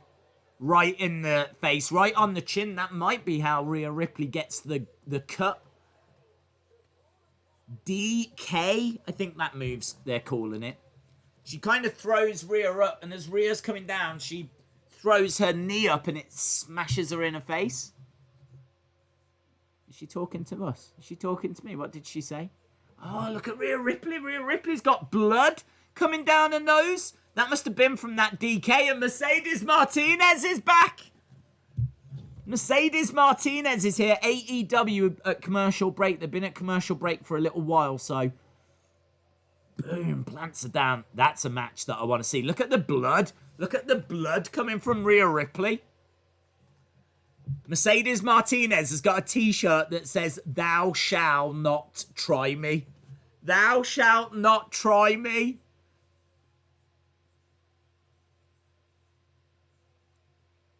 It's a good women's division. Look at the blood just pouring out of the nose of Rhea Ripley. It's good, man. It is good. We've got Undisputed Era. Martinez versus Ripley. Isn't that a fine? What, for blood? So it's all accidental, innit? You can't fine her for bleed. It'd be different if she bladed, but that's coming out of her nose. She ain't bladed up there. So no, it's above board. We've gone to commercial break for NXT. Again, if you are watching and you aren't aware, BT Sport is now showing NXT. So strange. It was advertised that it was showing NXT. And then a little graphic came up saying due to... in light of earlier situations or earlier developments, there has been a change in programming. It's like, what did that mean? We're just seeing a little promotion for Jon Moxley, Darby Allin. As we said, we are at commercial break for NXT. I wonder what the event was. Well, I don't know, to be honest. I don't know if it wasn't just one big mistake, because they're now showing it. So they might have just completely botched it, just got it wrong. And that graphic might not even have been meant for this, so... I don't know. I can't answer it. I wasn't expecting it to not be shown. I'm just pleased it's on now. Such a great match, though, honestly. Already my favourite match of the week. Beat anything I saw on Raw. Moxley just saying a few words is on some steps. BT has always been rubbish, says Mark. Mega Derob says Rhea is committed. She dyed her hair, especially for the Ric Flair blood nostalgia. Oh, what? Where the blonde hair gets blood in it and shows a bit better.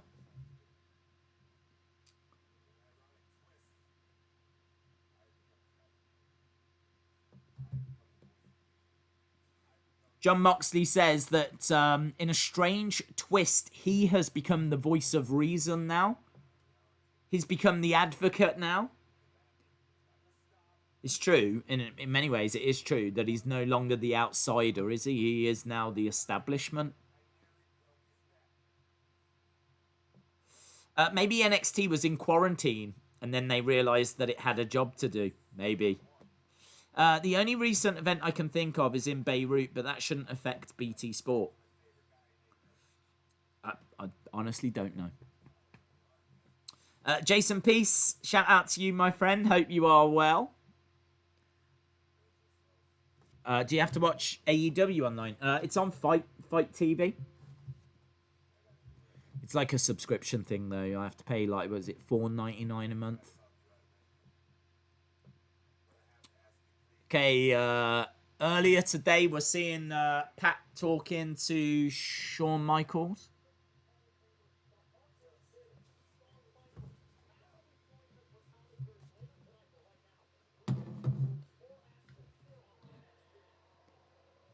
Bronson Reed on his way. Bronson Reed against Shane Thorne, so not the best way to follow up that great match. Bronson Reed is a good prospect, but I don't know. I kind of would have wanted something a bit more than this to have followed up that great, kept that momentum going, you know. Tonight we've got, they're just telling us what we've got coming up on AEW. We've got MJF doing a promo. We've got Jericho and Orange Cassidy with a special guest moderator. Next on AEW, we have Santana and Ortiz, I guess. I'm having to judge this by the video package. Yes. Santana and Ortiz. Is it best friends? It is. Not brilliant from either show, to be honest, how I would follow up those opens. But hey-ho. Bronson is only meh to me, says Ryan. I think he's got good potential. I think that I would be putting a Bronson Reed match kind of just before the main event or something. Like, do you know what I mean? When people are definitely tuned in and committed. This feels a touch early to me. David Paul says, has there been any news in the UK since AEW Dynamite is moving for 3 weeks later this year because of the NBA playoffs running during time frame? I mean, I don't know what news there would be, to be honest. I'm not aware that it's or how it gets shown on TV. They'll just move it, I'm sure. In regards to the UK, I watch it on Fight TV, and you have to pay $4.99 for that. And again, they're just going to show it whenever it airs. So I don't think that there's really any dramas or any issues. I don't even know how many people watch AEW on TV. I never see that many people talking about it. Anyone that's talking about it talks about it live. Like, do you know what I mean? All the buzz about AEW is going to be tonight. Not when like it. I think they show it on a weekend here in the UK as well. So I should imagine they'll have to maybe tweak that. But honestly, I don't even know how many people watch that. So no, I don't think it's a big issue. Suicide dive by Shane Thorne lands on Bronson Reed. Bronson Reed goes down. We've started with this tag match on AEW between Best Friends and Santana and Ortiz. Someone says India had the same issue, so maybe WWE didn't send it out properly. Yes, that could be true, Simpsons 703. It could be that there was a problem with the feed, and BT Sport obviously aren't going to say that. They're just going to say they're going to have to put some message out in light of earlier issues or earlier developments. We've had to change out. Do you know what I mean? It could just be an excuse that they used. So, yeah, you're absolutely right. But either way, we've got it now. A tope from Thorne. I watch AEW on TV on Fridays on ITV4. That's interesting. RW Punk. I don't think, I can't say never, but I've not, to my knowledge, I've never been contacted by anyone that watches it on a replay or whatever. I'd love to know the numbers. I'd love to know how many people tune in and watch. like the replays. Against the ropes goes Thorne. Cannonball into Bronson Reed that was up top. Northern Light suplex by Trent. Days, what time is the members stream tomorrow? The information's all on the post that went up, but it'll be the hour before the public stream. So I think it's 11 p.m. UK time, 6 Eastern. How do you think McGregor would do in wrestling? He would be okay. I mean, like, is he going to be able to do a drop kick? Maybe. Is he going to be able to do, like, suplexes and think, probably not. I think his striking's going to look quite good. I think his promos are going to be exceptional. He's got a great look. I think he's going to be comparable to what you got from Ronda. I don't think Ronda was having many 5-star matches, but her stuff looked good. I mean, people loved her WrestleMania match when she was in there with Kurt Angle and Triple H that could do a lot of the heavy lifting of that match. She would just come in and look like a badass. Do you know what I mean? So they did a very good job with Ronda's first WrestleMania match to make her look like $1 million, in which, in all fairness, she is. And then she didn't quite hit those heights when she was having her solo matches. And I feel that McGregor would be quite comparable to that. He'd be a great addition for him. You could argue, is exactly what they need. If WWE, I mean, if you had a football team or you had a sports team that was struggling like WWE is struggling, you'd go out and you'd buy some big name players, wouldn't you? I mean, look at Man United. Man United haven't had the best season. They're on the verge of spending $100 million on Sancho. 1, 2, 3. Bronson Reed with a big splash off the top. It's Bronson Reed that picks up the victory in a bit of a nothing match, if I'm being honest. But, yeah, my point is that you would spend the money and you'd go and get the names that you need. They need names. They are lacking star power. Now, they can't do it right now. But once the pandemic settles down, I hope they go out and spend a bit of money. I know people aren't going to like it. You've got to grow talent, blah, blah, blah, blah, blah. But they are not very good at that. And they need results now. They've got to get, results now. So they can keep building up stars in the background and giving people opportunities. There's enough B-show pay-per-views and things that you can bring people through on. But, I mean, look, let's be honest. If they bring in Conor McGregor, that's not going to mean less opportunity for Aleister Black. Because Aleister Black is not getting pushed correctly right now anyway. Neither is Mustafa Ali. You can go down the list of people that aren't being pushed correctly. So bringing in someone like Conor doesn't take opportunity away from them. The opportunity seemingly is not there for them anyway. So I would get Conor. I would get CM Punk. I would go and get the names you need to get to boost the ratings, get the eyes on the product. We've got, is this Phantasma attacking Breezango? So Bronson Reed wins his match. Ooh, slamming the car door here. Slamming the car door onto Fandango, and they're stealing him. Kidnapped. Have they kidnapped Fandango? Yeah, there's Tyler Breeze trying to run after the car. Interesting. Is he going to be part of that Phantasma group now? There's Ridge Holland. I like the look of this guy.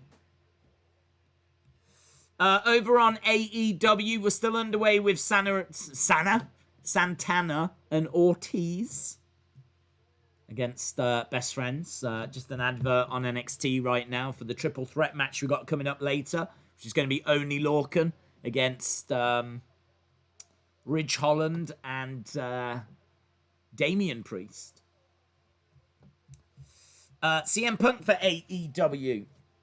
Well, someone needs to spend the money because wrestling would benefit by having CM Punk back. Let's be honest. it would just bring some much needed eyes to the product. I really want to see a Lee Cross segment, says Christian. Days, have you seen the Wrestler House on Impact? It's the most glorious trash in wrestling. I haven't. I don't watch Impact. David Paul says AEW is moving from being on TNT in the US on the following dates, on the 19th of August to the 22nd of August, which will compete with the WWE pay-per-view, on the 26th of August to the 27th of August at 8 p.m. And David Paul is a legend. They donated $10 via Super Chat. Dotto is moving from being on TNT in the US on the following dates to Dave's show, David, 8:19 to 8:22 at 6 p.m. EST, which will compete with WWE PPV 8. It didn't read it all out, but we did read it out. So there we go. Thank you for that info, David. So people are fully aware. I gotta say, I'm looking forward to watching one show at a time. I think the streams are going to be so much more enjoyable.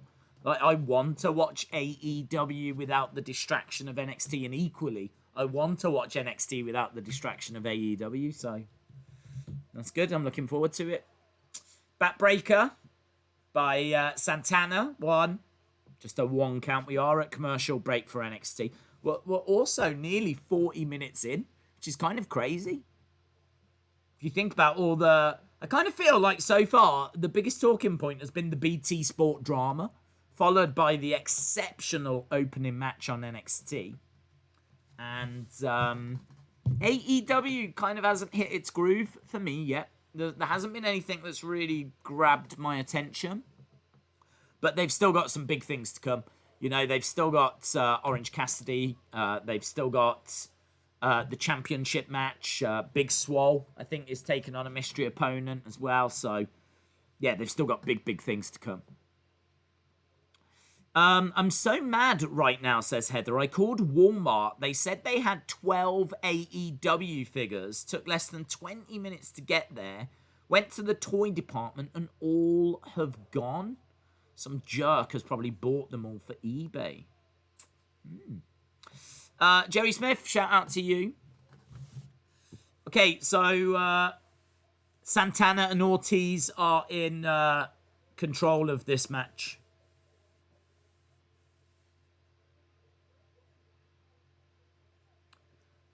And we are at commercial break for NXT. They've got MJF as well, yes. Ortiz just shouting down the camera. Going back over. Tagging in Santana. So they're both 2-on-1 situation here. Trent landing on his feet, backed into the corner. Gets his legs up. Big clothesline. Turns Santana inside out. So he's looking for that hot tag. Got Chucky over at the side, and he's going to get there. Makes it. Clothesline over to the corner. Big kick. Ortiz coming over. Nice. Sliced bread. Got him up. Plants him down. Lovely. 2. Kick out by Santana. We've got the Robert Stone brand. We've got Mercedes Martinez, and we've got Aaliyah.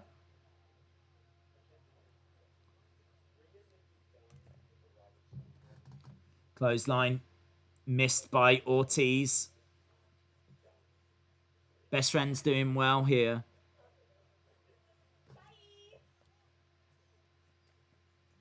Okay, so Robert Stone brand on NXT.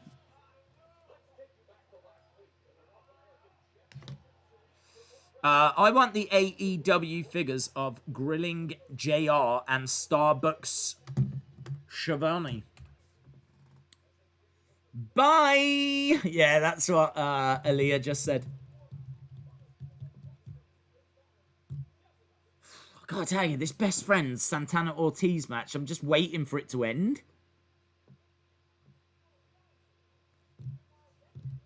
What is NXT giving us now? Oh, the triple threat now over on NXT. Okay, Damian Priest. Oh, I'm into this because I'm looking forward to seeing that Ridge Holland.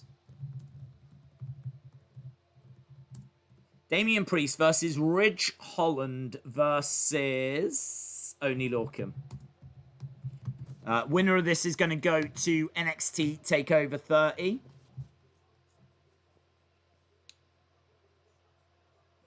AEW, we've still got Best Friends against Santana and Ortiz. We've got MJF placards all around the ringside area as well. MJF 2020. Trent can't make the tag. His partner isn't there. Ortiz with a strike to the back going over. NXT, please be good. Triple threat time, says Monica King. Yeah, Damian Priest looks great, doesn't he? AEW has not been that entertaining so far. Hopefully the second hour is better. Unfortunately, I do agree. I think this is one of the weaker starts to the show that I've seen. But as I said, you know, all hope isn't lost. I do think they've still got some good things to come. Here comes Oney Lorcan. So Ridge Holland is going to get the final entrance here. Let's see how they present him. Let's see what he comes out looks like.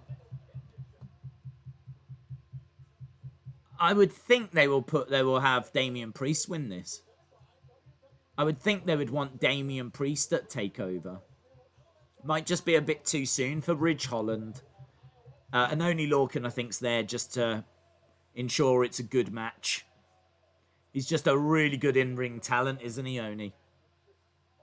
Right, here we go. Here comes Ridge Holland. He's got like a baton. He's got a flat cap. He's got a cool entrance jacket.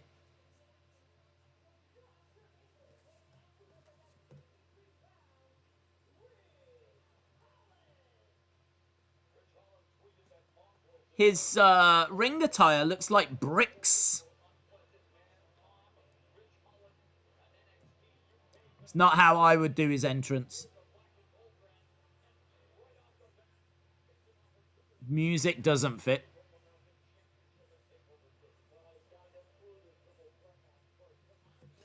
Music just does not fit his character. If you've watched Peaky Blinders, they use a lot of Nick Cave music. And I would go that way. His Ridge Holland's music sounds like the kind of music you would have at the start of SmackDown, or the kind of music you'd have at the start of Raw, or something like that. It fits more there than it does for this very interesting character. They don't even need to get Nick Cave music. Just create something that's very similar. But I think what they've got there is awful. That is bad entrance music for Ridge Holland. Right, we're underway with this triple threat. Anyway, AEW's the ones that have now gone to commercial break. I'm sure they'll give us something big to try and keep the fans tuned in for the second hour. That's why you tend to get a decent match at the end of the first hour. This will go into the second hour because they're going to use this match as a way of getting people to stick around on NXT. AEW will do the same in a second, I'm sure. Clothesline attempt there by Damian Priest. Round the back. Picks up Oney. Forearm strike by Ridge Holland, who's got a bit of size to him. He's quite stocky. He's got a bit of a Tyler Bate kind of build. Over the top goes Oney. Comes crashing down on Damian Priest and Ridge Holland. Already 44 minutes in. Rockstar Anch says NXT and AEW are both a bit beep today. I wonder how Ridge is in the US if he is British. It might be a case that he was in the Performance Center and doing a bit of training, or I don't know. I don't know that he's been based in the UK or if he's been based in Florida. I do like the look of him, though. I do like the look of him. He's got a good size to him. He's got a very good size to him, actually. He's got a bit of... He's a bit smaller, though. He hasn't got the height, but he does have, for his size, he does have a stockiness akin to Davy Boy. It's a sloppy comparison, I understand, because he's not as tall as Davy Boy, but considering his height, he does have a bit of that about him. As I said, a little bit Tyler Bate-ish, maybe even a bit bigger than Tyler Bate. But they got to sort out that entrance music. They've really got to sort that out because they've got something quite close there. Hey, we've got something good here. MJF. Let's have a look. Let's see what's going to go down here. MJF walking into his campaign room. He says, look, you can see we're currently making posters and pins. I bet that'll be available on AEW Shop.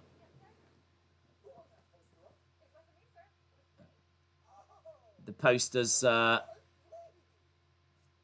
bit lopsided.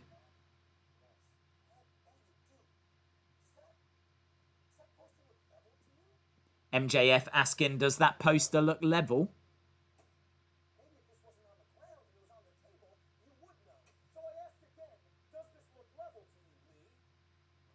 MJF is having a go at Lee. Lee is currently separating the green M&Ms.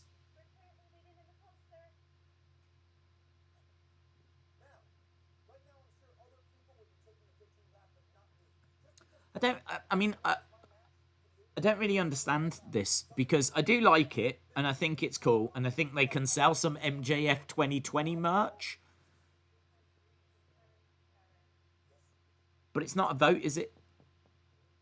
If they were trying to get like people to actually vote, could you imagine if it was like a number one contenders match, but it was done on social media? So MJF against 3 other people, and the number one contender will be whoever can get the most votes.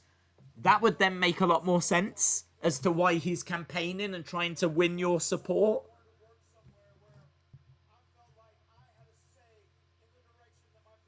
I'm still on board with it. But anyway, we've got Matt Hardy now.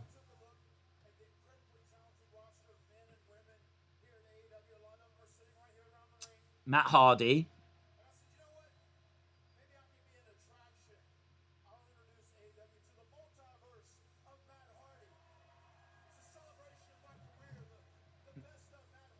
Matt Hardy is talking about... Matt Hardy says he's been having a blast. But I listen to my audience. Good. So you drop in the silliness.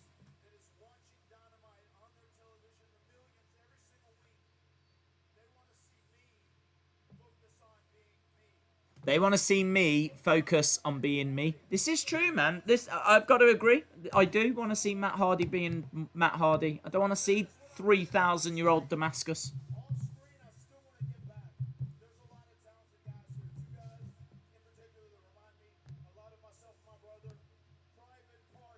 Private Party?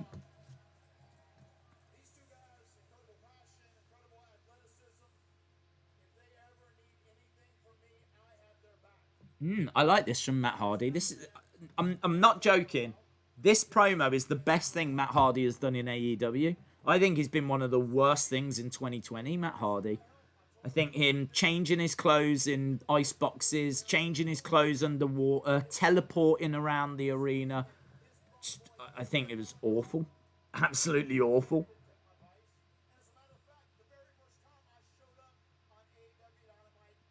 But this is really good from him. He's saying that Private Party remind him of him and his brother. And if they ever need anything, he'll be there for them. I think that's great.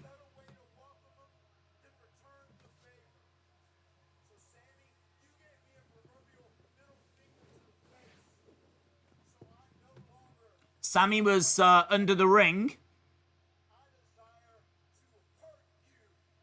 Matt Hardy says that he wants to hurt Sammy. Sammy is sneaking up behind Matt.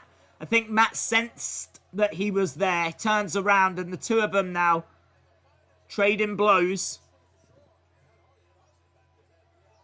This is much better. So much better. I'm down for watching this.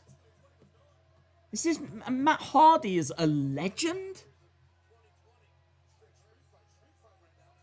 Oh, street fight between these two would be great. Into the timekeeper's area goes Sammy.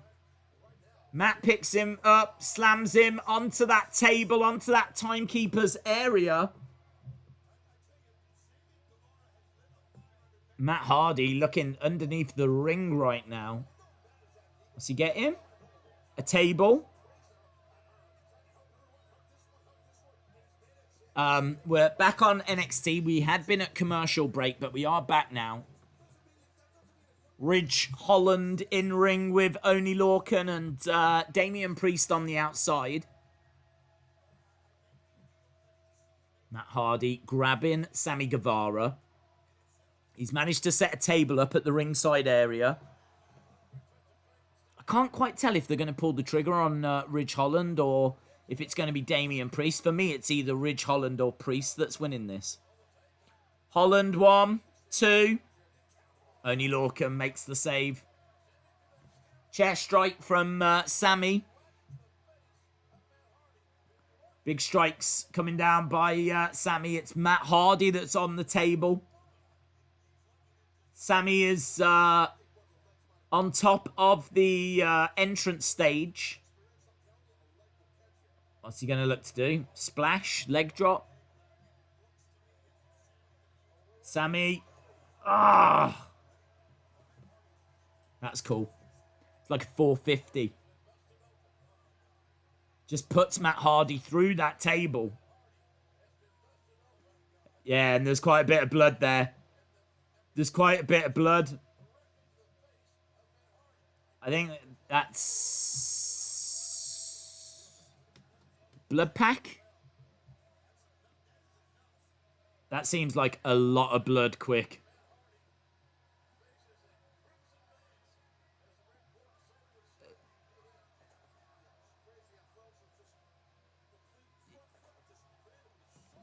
Yeah, I mean, the blood seems to appear on the table, like, very, very quickly. I think that's a blood pack. I don't think that's real blood.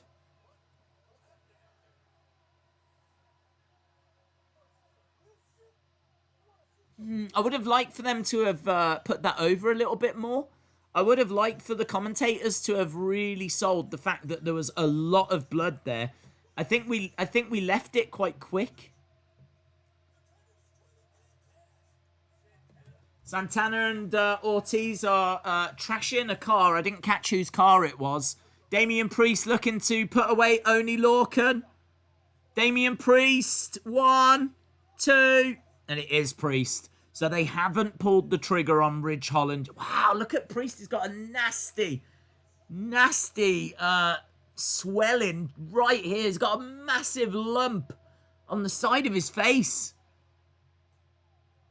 I don't know how he's managed to get that, but that is nasty. Damian Priest makes sense. He's the more established star in this match. It's not Ridge Holland that takes the pin here. It's only Lorcan, which is, you know, what he was in the match to do. They're spray painting.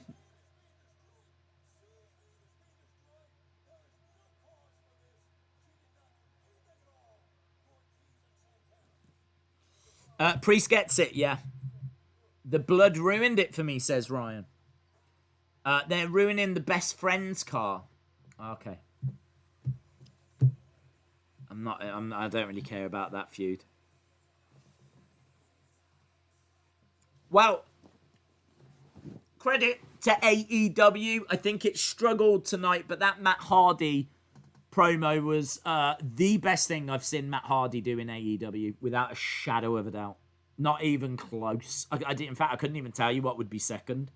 So, yeah, I really, really like that. The MJF thing before I thought was decent. As I said, the only thing is I don't get the whole vote for me. Let's have a look at the polls kind of a thing, because there's not a vote that's going on.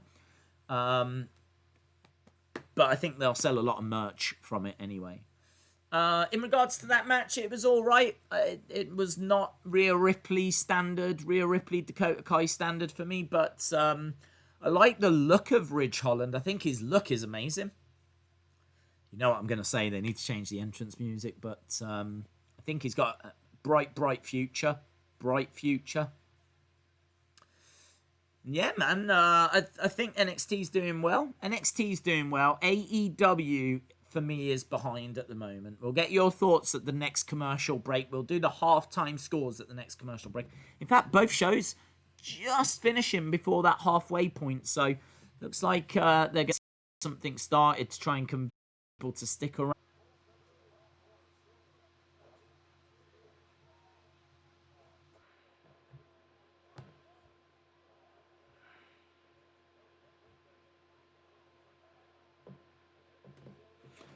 Hey guys, welcome back. I've no idea if we're back. We keep coming and going. Fingers crossed this is gonna work. I think there's something wrong in the area because all of our internet keeps crashing and going down and failing and coming back, and it seems like there's just a problem in the area. Certainly something that seems to be affecting all of the connections. So I'm trying on many different devices and everything is failing. So I think this is one of those that's a little bit out of our control, a little bit out of our hands. I can tell you that we're not going anywhere. I can tell you that we are still watching the shows. We're still trying to fix this, but we are still watching the shows. NXT is at commercial break right now. That's Cameron Grimes against Keith Lee. You're not missing a great deal. Over on AEW, we do have Matt making his debut, Matt Cardona, and Cody Rhodes taking on the Dark Order. So hopefully this is going to stand firm. Hopefully this is going to support and stay, and we're going to get through it. But as I said, many apologies. I do think it's I think it's something in the area. I just went up to have a look at the router. All of the lights on the signal were completely out. Everything was out. Everything was down. So I don't know. I don't know if it's technical problems. I honestly don't know. So fingers crossed it holds, because I think this one's a little bit out of my control. But we seem to be okay at the moment. I can still see your comments. I can see people in the chat and whatever. Apologies to everyone, as we said. We stream a lot, and we don't tend to get these issues that often, so hopefully just a rarity. But we're underway anyway. Look, we're back, or we're trying. Yeah, we've got Matt and Cody. Matt looks great. Shame that he's not wearing ring attire like similar to Cody, but I suppose they're not a real tag team, are they? So they don't necessarily need to. They're taking on a couple of Dark Order guys. We've got Alex Reynolds and John Silver. So that's who they're facing. Over on NXT, I still need to try and see if there's a way of fixing the chat that's on screen. On NXT, we are just at commercial break, but you can see that it's Keith Lee against Cameron Grimes. Right, Cody is in the wrong part of town here.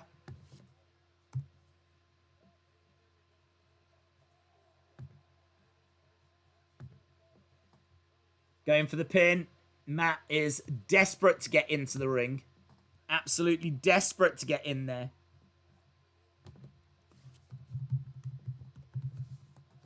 Cody trying to get over. He's in the middle of the ring. Couple of elbows, back elbows, but they look a little bit weak.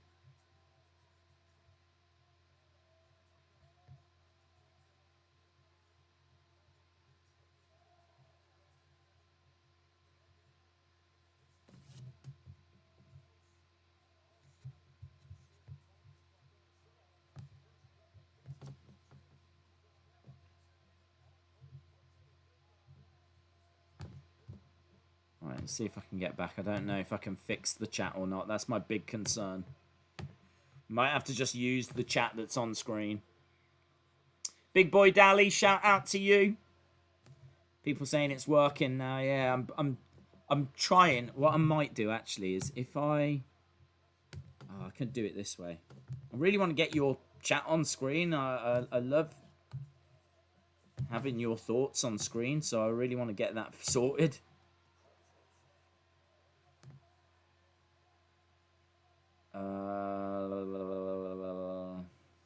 Not brilliant.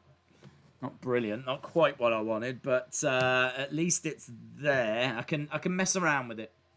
We are back anyway. We got Keith Lee against Cameron Grimes, and we've also got Matt Cardona getting into the ring. So Matt is in there, formerly obviously Zack Ryder.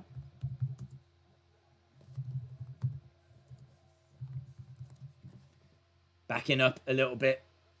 Matt getting ready to go through the ropes. The hot tag has been made. I gotta say, he looks jacked, man. Yes, studio tutorial. Really good shape. Yes, studio tutorial. Really I'm going to shape. show you how to make your.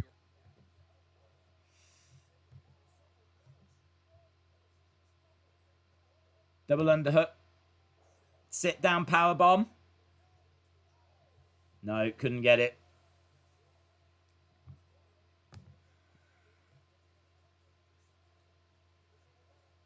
Cody, springboard, stunner. Springboard stunner there by Cody. Keith Lee should be dominating Cameron Grimes here. I'd expect him to get this win quite comfortably. Although I don't know if it's that comfortable by the looks of it. Cameron Grimes getting some offense in. Quite a fun little match on both shows. I mean, obviously our technical difficulty has kind of taken a bit of my attention away. And if I can get the chat to work, then that would be epic. Keith Lee down. Cameron Grimes urging him to get up to his feet. Cody in the ring. And a superplex. Both guys go to the outside. Cameron Grimes desperate for Keith Lee to get up. Man, that is a large. that also hasn't kind of worked very well for me. 2, and there we go. Matt Cardona, unsurprisingly, getting the studio tutorial is talking to us. What the hell is studio tutorial? Oh, what? That's where I get the... It shouldn't be. Nothing should be talking to you. What's talking to you? What's invading and having conversations with you that I don't know about?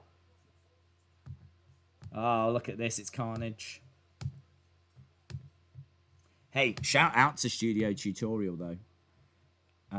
What's his name? I don't know his name. Nick is his name. There's a guy who I use to get the transparent code for the chat. He's got a YouTube video, and it's very, very useful. I keep having to go there if ever I need it. But if he's taken over and he's starting to talk to you instead of me, then I'm not pleased about that.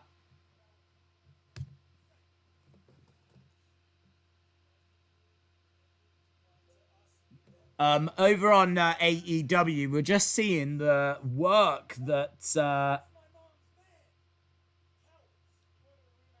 Santana and Ortiz have done to that van. They've trashed it. That's what they've done.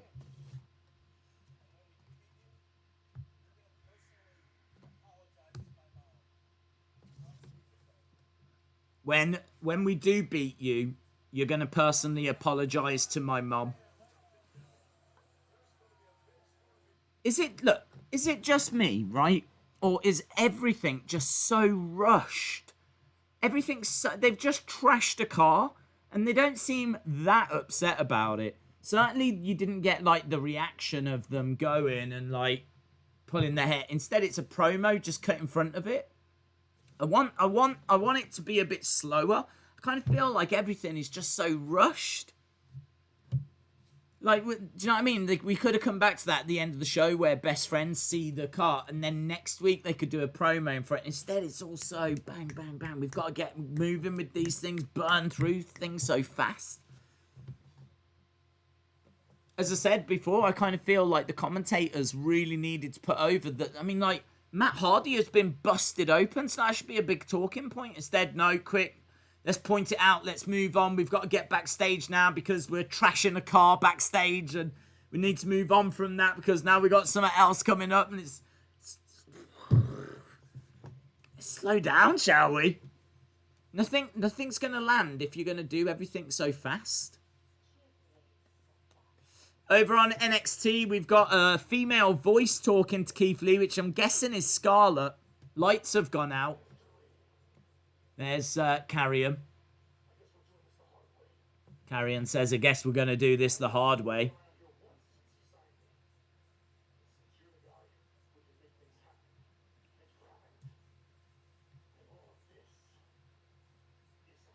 All of this is on you. I hope he's attacking Mia.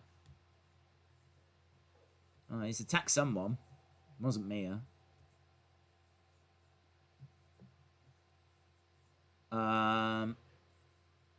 TikTok. There's a lot of carnage backstage.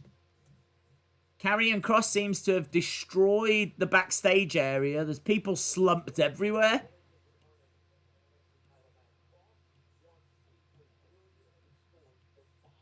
And the camera looks at Keith Lee. It was quite cool.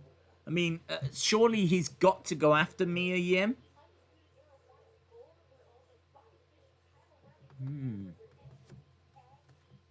Again, no, NXT, the exact same problem. No time for that. We're moving on. We're moving on. We got Undisputed Era backstage. Woo! Hot shot in, man. It's just taken everyone out. He's killed NXT. He has killed them. Let's see if I can try and fix this chat situation. That's the biggest problem right now.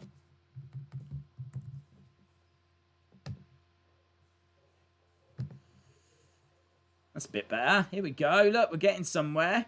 So both shows, get your scores in. Both shows right now at commercial break. So get your scores in.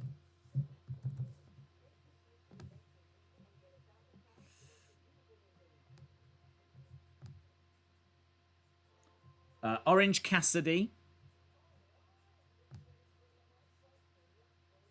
There we go. It's a little bit better. It's not the best, but it'll do.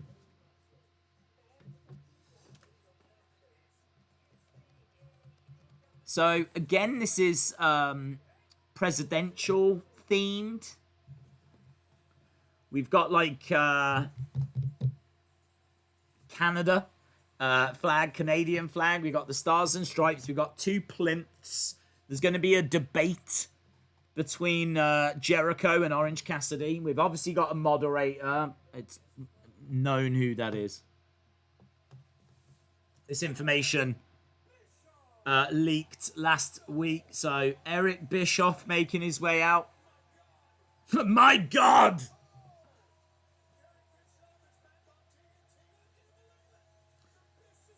The Bish is back.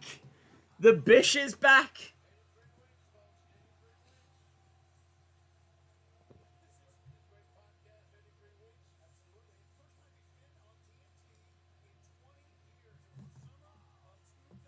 First time that he's been back on TNT in 20 years, they're saying. The Bish is back.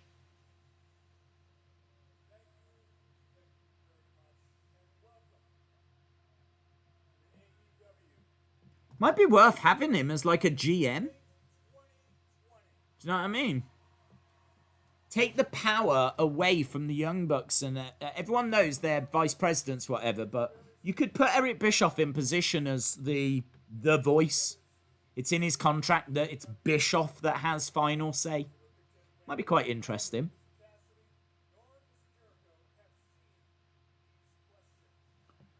So Eric Bischoff says that Orange Cassidy and Jericho haven't seen the questions that are about to be asked.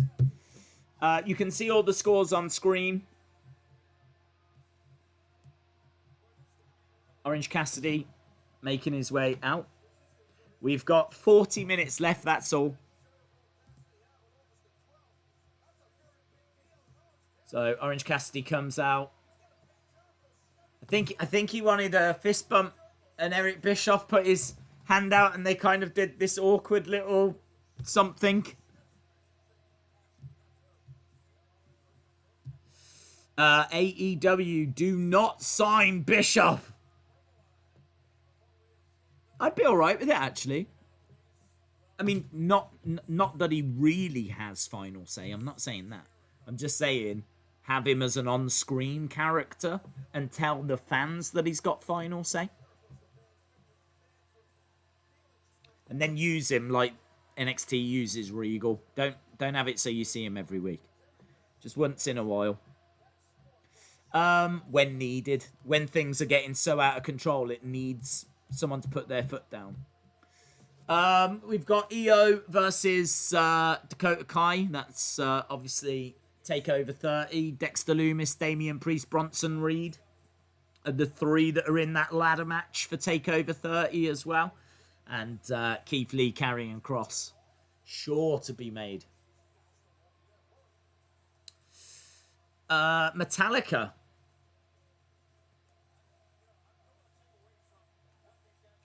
What's Metallica on NXT? Is that the theme?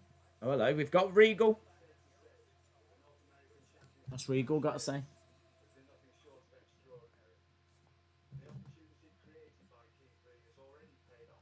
The opportunity created by Keith Lee has already paid off.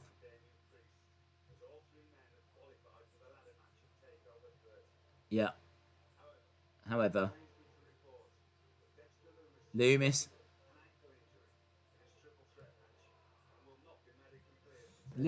is out.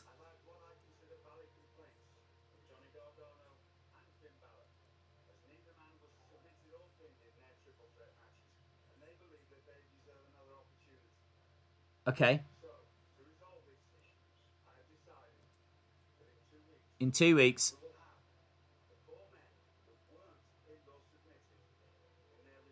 Oh, that's good. I like that. Fair play. So the 4 men that didn't lose the triple threat that they were in, the ones that weren't pinned or submitted, those men will get an opportunity, like a final opportunity, because Dexter Lumis, unfortunately, is out. Phantasma making their way out. That's good. I like that announcement. Wow. I'd rather have Dexter Lumis in it, but... Jericho saying, you're nothing, you're no one. Here's...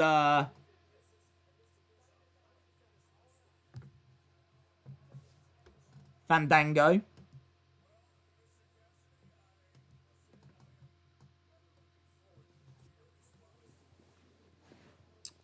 Orange has put a tie on.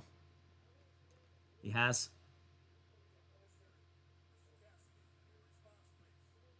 Eric Bischoff is asking. Jericho says he's not going to talk. He's got nothing to say. So, yeah, no response from Orange Cassidy.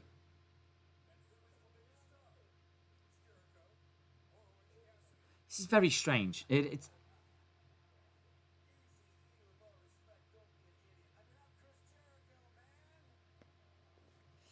La Garda del Fantasma. Last chance match, yeah?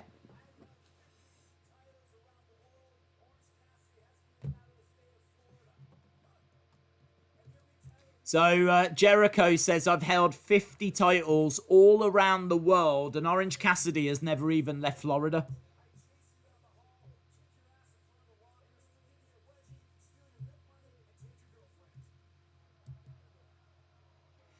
So, over on NXT, we've got Phantasma in the ring. We've got Fandango down. beaten up.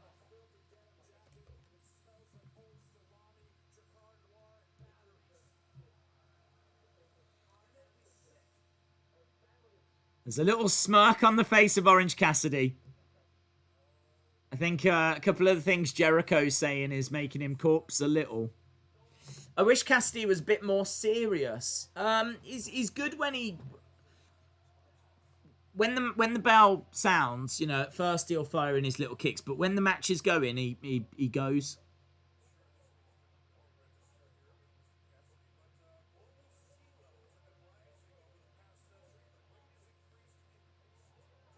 Global sea levels have increased. What? Tyler Breeze has come down on NXT. Both of them have been attacked now. So Tyler Breeze has been attacked. Fandango's been attacked. Cassidy seemingly going to say something here.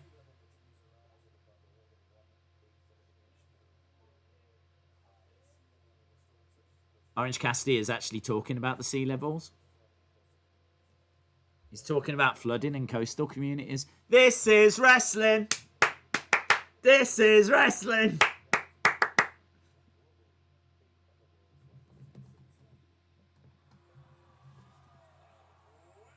Well, there we go. Orange Cassidy, don't you go quizzing him about sea levels.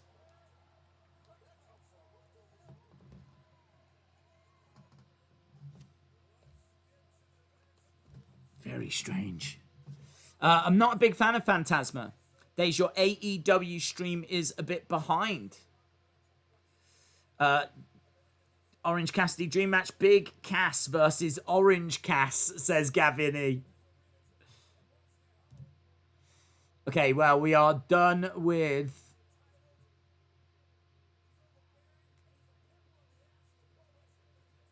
Jericho calls Orange Cassidy a pimple on the ass of the wrestling business. We're building towards main event time.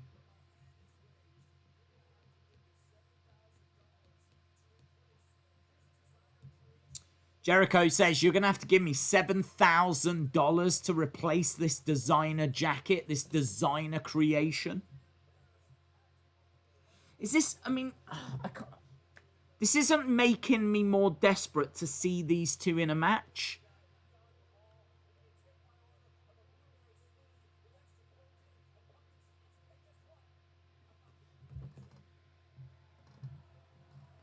How do people like this, says Ryan.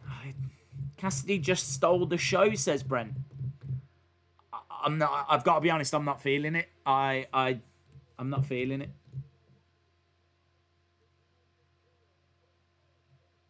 I really like Orange Cassidy. I really like Jericho.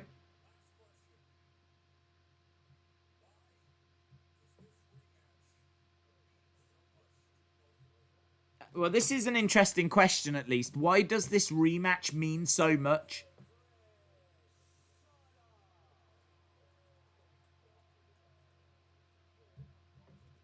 Right.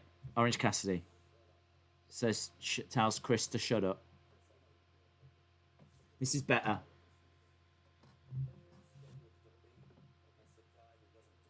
You've scheduled a debate against the guy that doesn't talk. You're trying to embarrass me.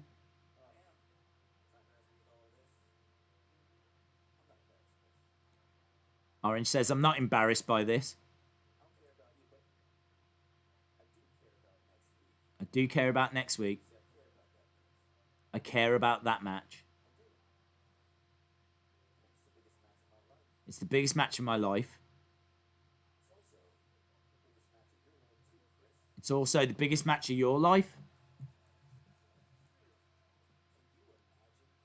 Can you imagine? Yeah, he's going to say, can you imagine if you lose to me?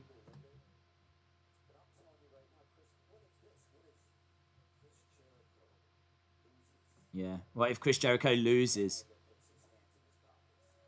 What happens if Chris Jericho loses to a guy that puts his hands in his pockets?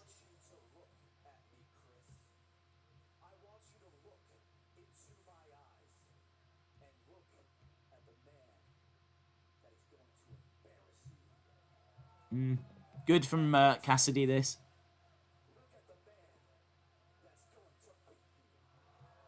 Look at the man that's going to embarrass you. Look at the man that's going to beat you.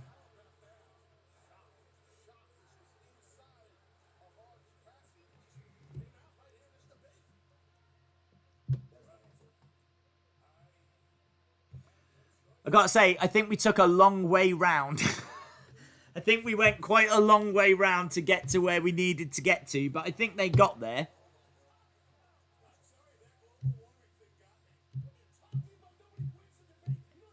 Eric Bischoff says that Orange Cassidy has won this debate. I like the AEW segment. This is better from Orange Cassidy. Yeah.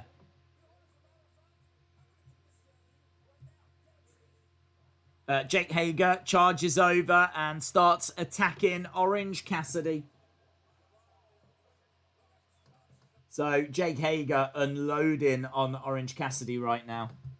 NXT is at commercial break.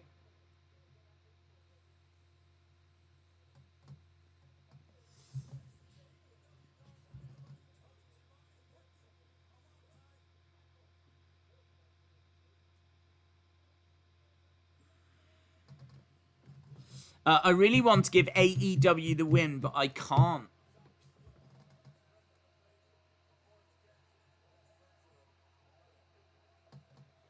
Best friends have arrived and they've chased off Hager and Jericho. So,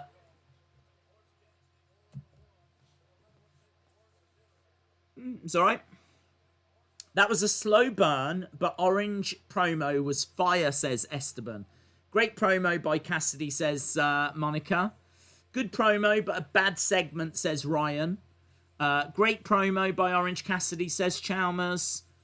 Who next for Phantasma? Not sure. What the hell am I seeing? Why is Cassidy impassioned? I mean, it does make sense. This is the biggest match of his life. He's in there against Chris Jericho, one of the all-time greats. So I'm all right with him, you know, taking that moment to just let us know. Make no mistake about it. This means a lot to me. This is the biggest match of my career. And it's the biggest match of yours as well. Can you imagine losing to a guy that puts his hands in his pockets? I mean, I thought there was some really good stuff in there. It took us a while to get there, though. So, segment was all right. Promo was good. I can't say NXT had anything better to compete against it. I think the Phantasma thing didn't seem to really lead anywhere.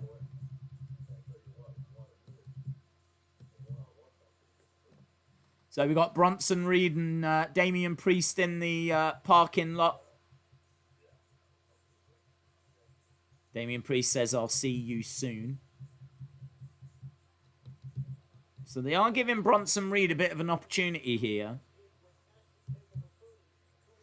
AEW at commercial break. Special guests.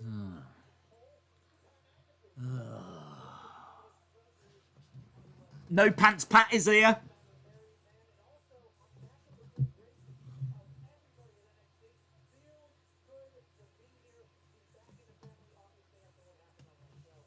I'll have to find some way of watching this tomorrow. I've missed half of this because of a failed toy hunt. Tegan Knox making her way out.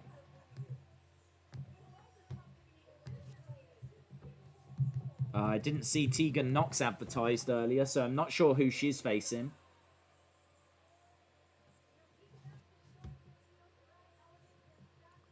Nice back and forth between Priest and Reed. Raw Underground, the winner of the Wednesday Night Wars. Okay, who is Tegan Knox about to face? Once upon a time, I had a wonderful friend. Yeah, if it wasn't for this friend getting involved in my business, I would have pinned EO last Wednesday. I should be #1 contender. Indy Hartwell.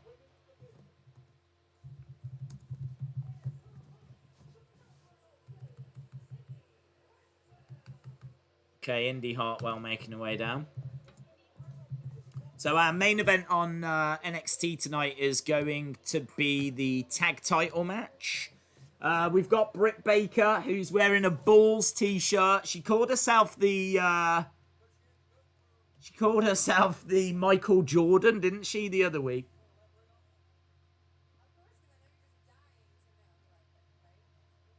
Okay. I do like Tony and Britt. They are very, very funny together. Big Swole versus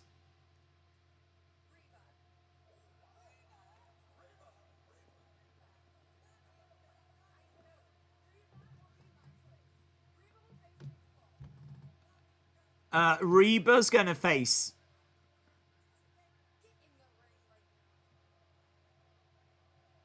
So Reba's being told to get into the ring. She's struggling, but she's in.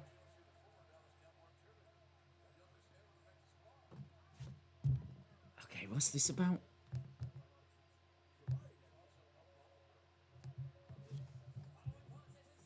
So, Big Swole. Ah, Big Swole looks cool, man. Yeah, that is bad attitude. She comes out, she's got some glasses on. She's got really cool ring attire as well. I do like Big Swole. Big Swole, round the back, Reba. Nice takedown already.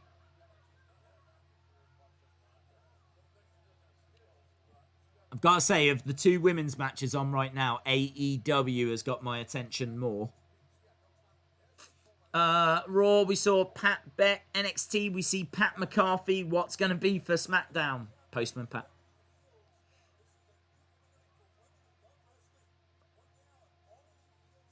All elite heels for women that love wrestling.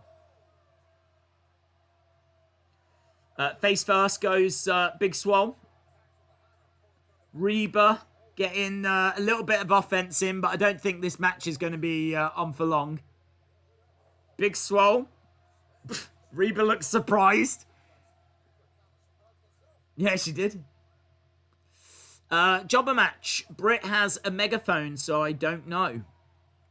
I love Big Swole. She's great, isn't she? Face first.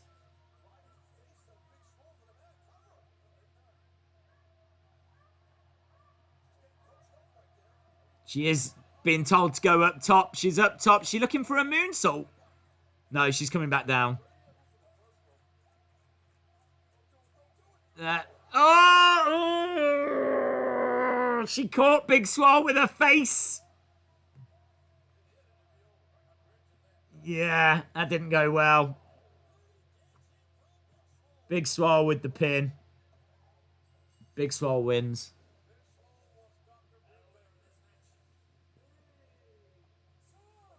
I mean, the only thing that didn't make sense there was, wouldn't Britt Baker want to put Big Swole in a bad situation, put her in a match against someone that's going to destroy her? Reba was never going to be that person.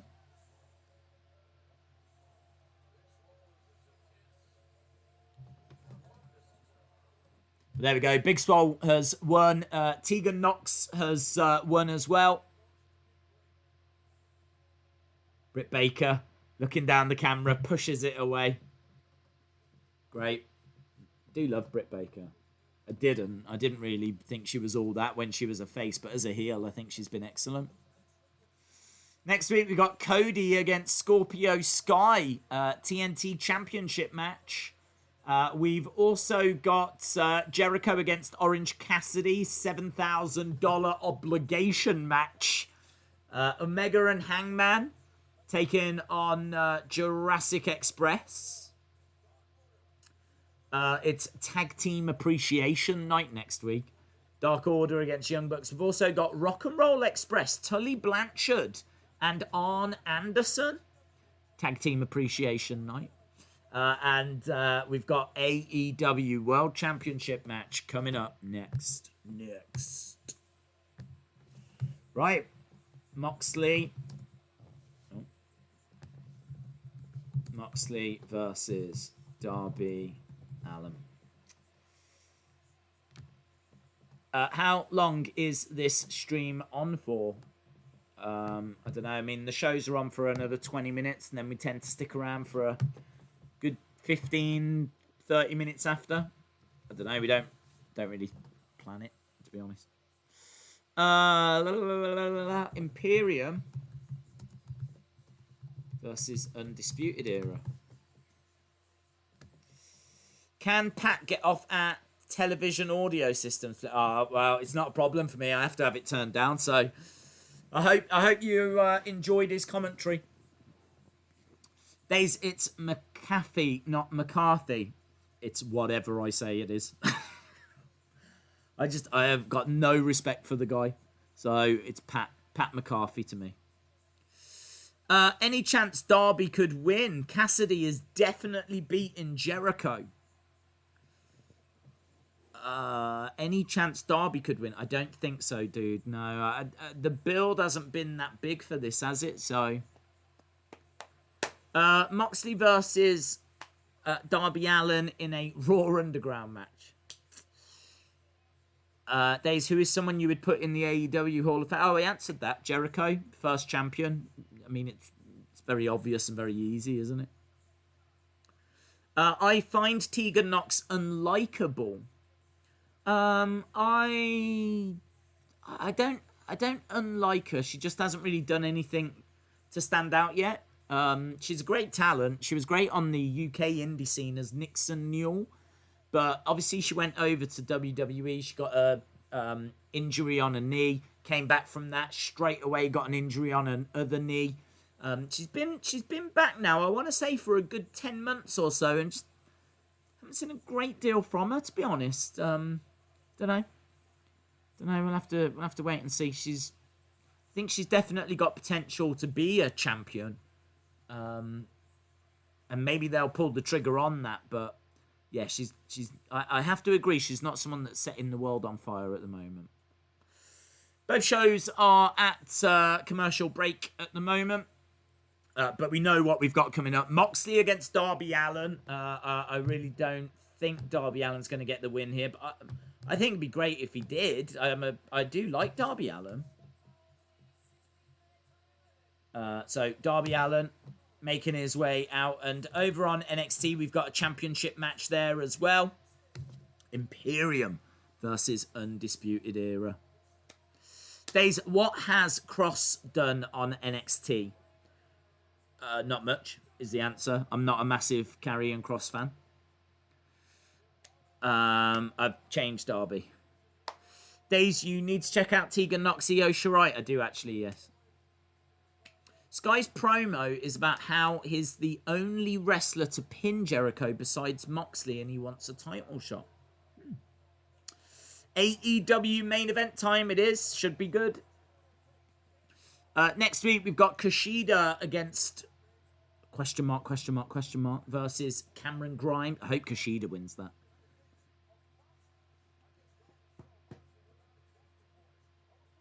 And also next week, Damian Priest against Bronson Reed. J14 says, I don't see Darby winning, but it should be a good match.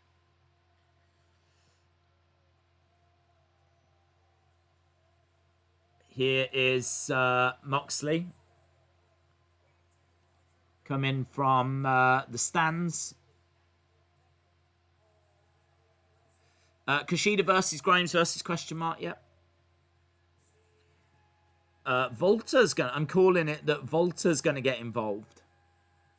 Well, here are Imperium.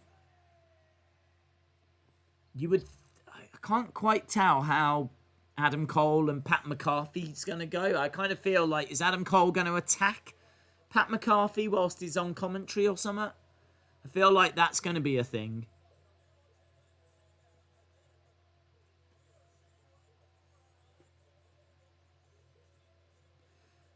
So Darby Allin is wearing a John Moxley mask. I mean, I would like that. If I was facing someone and they were wearing a mask in my face, I'd take it as a compliment.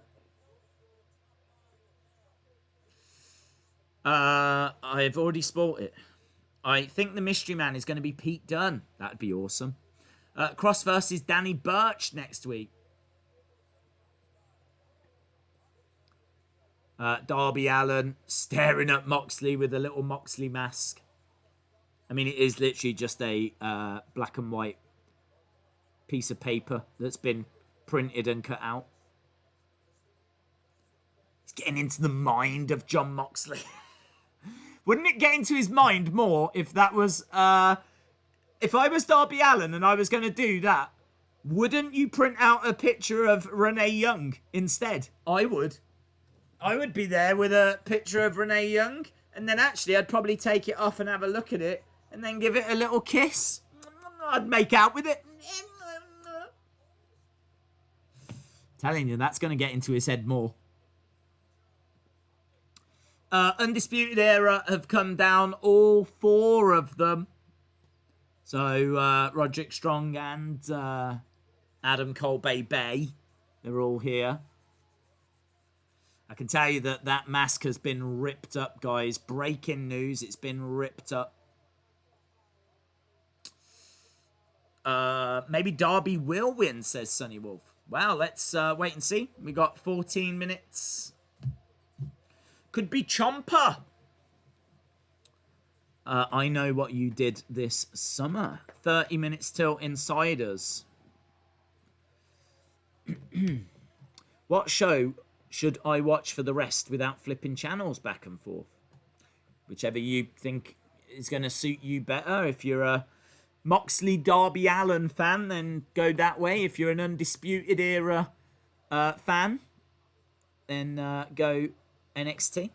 I think I would be leaning NXT. The only reason I say that, I do like Darby Allin, but the only reason I say that is because I really don't think he's going to win. Now, if he does, then that's obviously the match you'd want to watch, but I think we're building towards MJF against Moxley. And with NXT, you do get the feeling that we might get Volta, which could be epic. So I'm not sure I see titles changing on either show, to be honest. I just think that you might get an MJF attack on AEW. You might get a Volta attack on NXT. I think there's a good chance that Adam Cole might attack Pat McAfee as well. What pop it will be if all of Imperium come out at the end. Yeah, with Alexander Wolf. Breezango already lost the title match. I will never get why most champions come out first nowadays. Yeah, it's just not a thing, is it? They tend to focus on or care about anymore. Well, on the entrance stage with Moxley and Darby Allin. Moxley with a big forearm strike across the back. Kyle is returning to in-ring action. Yeah, knee strikes by Kyle, who's starting us off here with Bobby Fish outside the ring. And he tags in Bobby Fish. Just ordered my Drew McIntyre shirt from Hot Topic. That makes me feel a bit better. William Hensey, shout out to you, my friend, says Darby Allin won't win because he didn't tell me, and we are best friends. We go go-karting together and ride horse buggies in the parks. No way. He buys my napkins. That's epic. It's great that you have that kind of relationship. Brent Lannin says, Darby is so small. He's great, but he is small. He is small, but he is... I kind of feel like he's small in a Rey Mysterio way. Darby uses the ring and uses his size very well. That he can overcome that. He is small. If he was in there against like a big powerhouse, that would be a problem. But against someone like Moxley, who's not that much bigger, it could be competitive. But if he was in there against someone like Brock, he would struggle. I'm surprised AEW haven't gone and got Cain Velasquez now that he's free.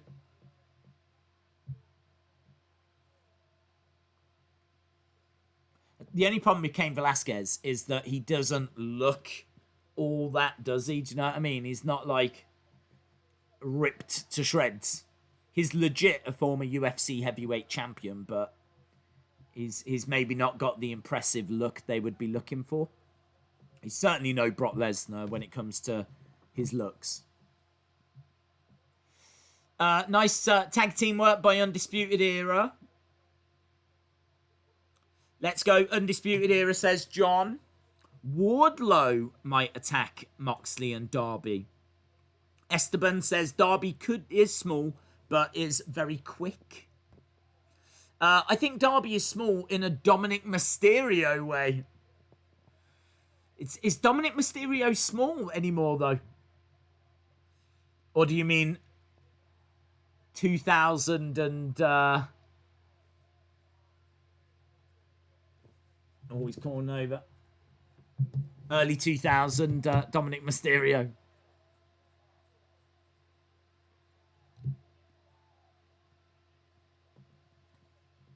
I think we are at commercial break for AEW because there is no commentary. NXT has gone to commercial break right now.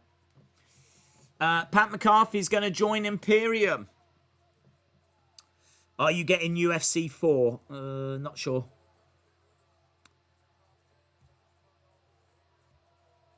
So, nice headlock by Moxley, and Darby Allin was sticking his fingers up at Moxley. Moxley, very frustrated, picks up, slams down Darby Allin. We're into the final 9 minutes.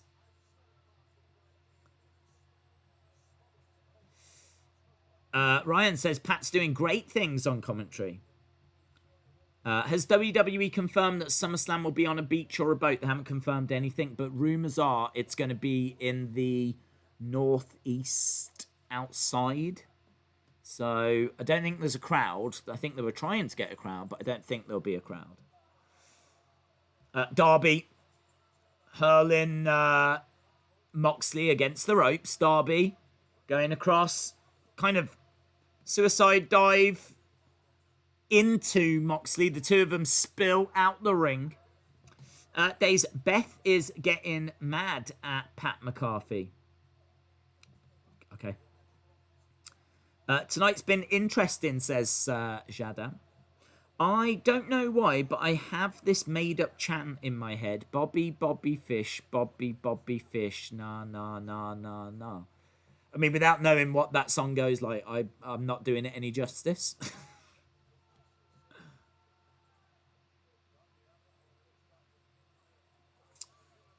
Fun fact, Rockstar Anch, shout out to you. Wrestling Days fan says, I hope it does have a limited crowd.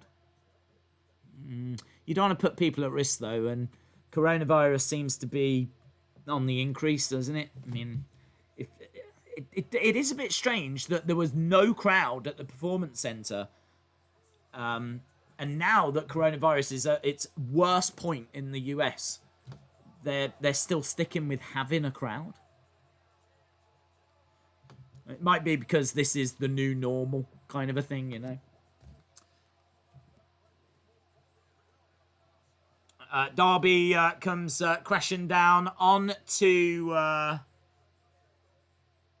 Moxley outside the ring.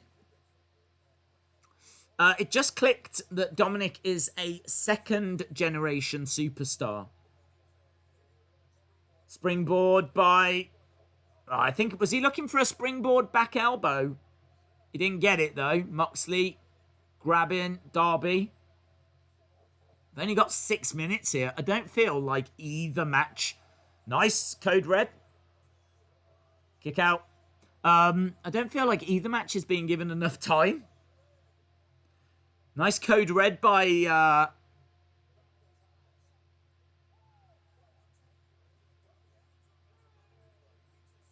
Darby doing really good stuff here. JR saying that he's only 27, he's still a young pup. And he's here competing for the AEW Championship. Main event of Dynamite this week. Darby Allin climbing up top. Moxley down, but Moxley pops up. Big strike to Darby Allin. Crashes down on that top turnbuckle. Nice leg sweep by Kyle O'Reilly.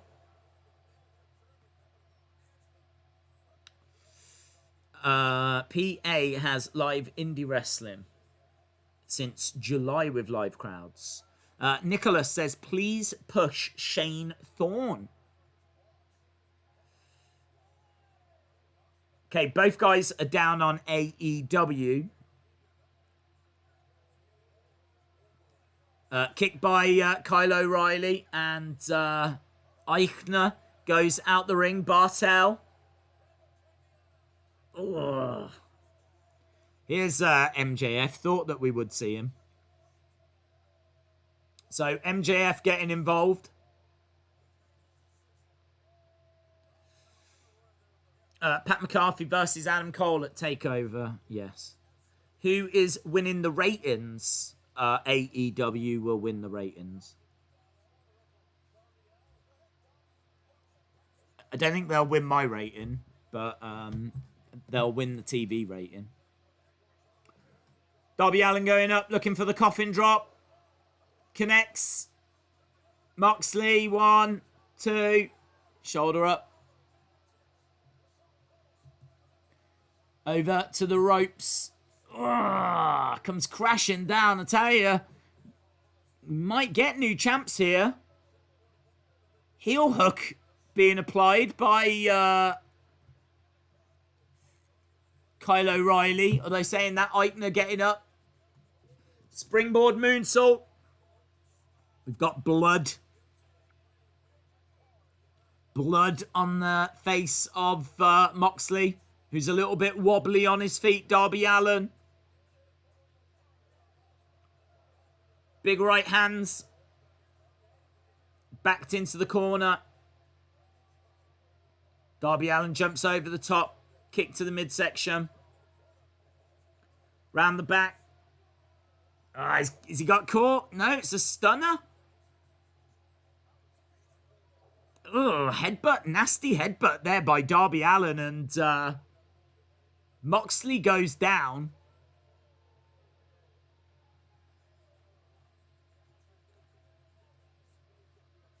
Here we go. Darby Allin going up, looking for the coffin drop.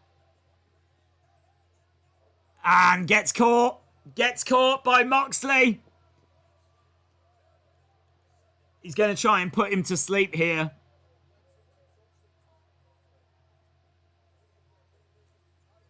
Yeah, he's caught him. So I can see Darby Allin passing out at this stage. The expected brawl between Pat and Adam Cole has happened. Shawn Michaels coming out and Triple H coming out trying to separate them. That distraction has allowed Imperium to get the win. So Imperium victorious.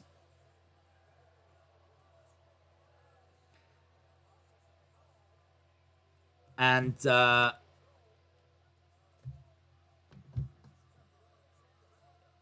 Moxley looking to pile drive Darby Allin, and he does. 1, 2. Oh, kick out. Kick out by Darby Allin.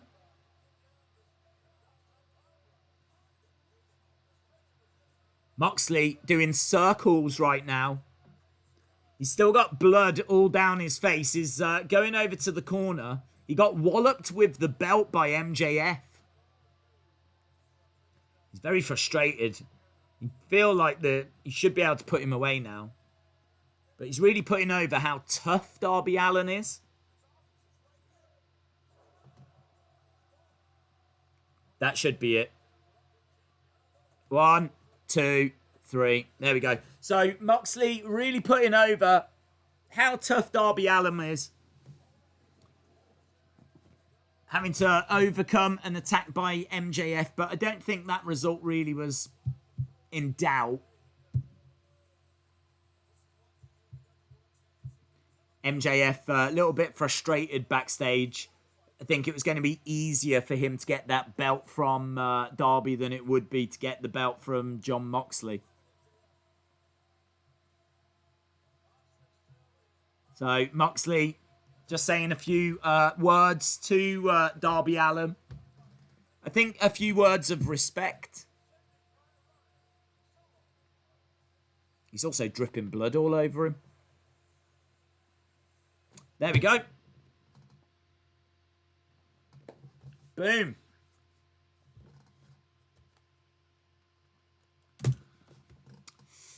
MJF.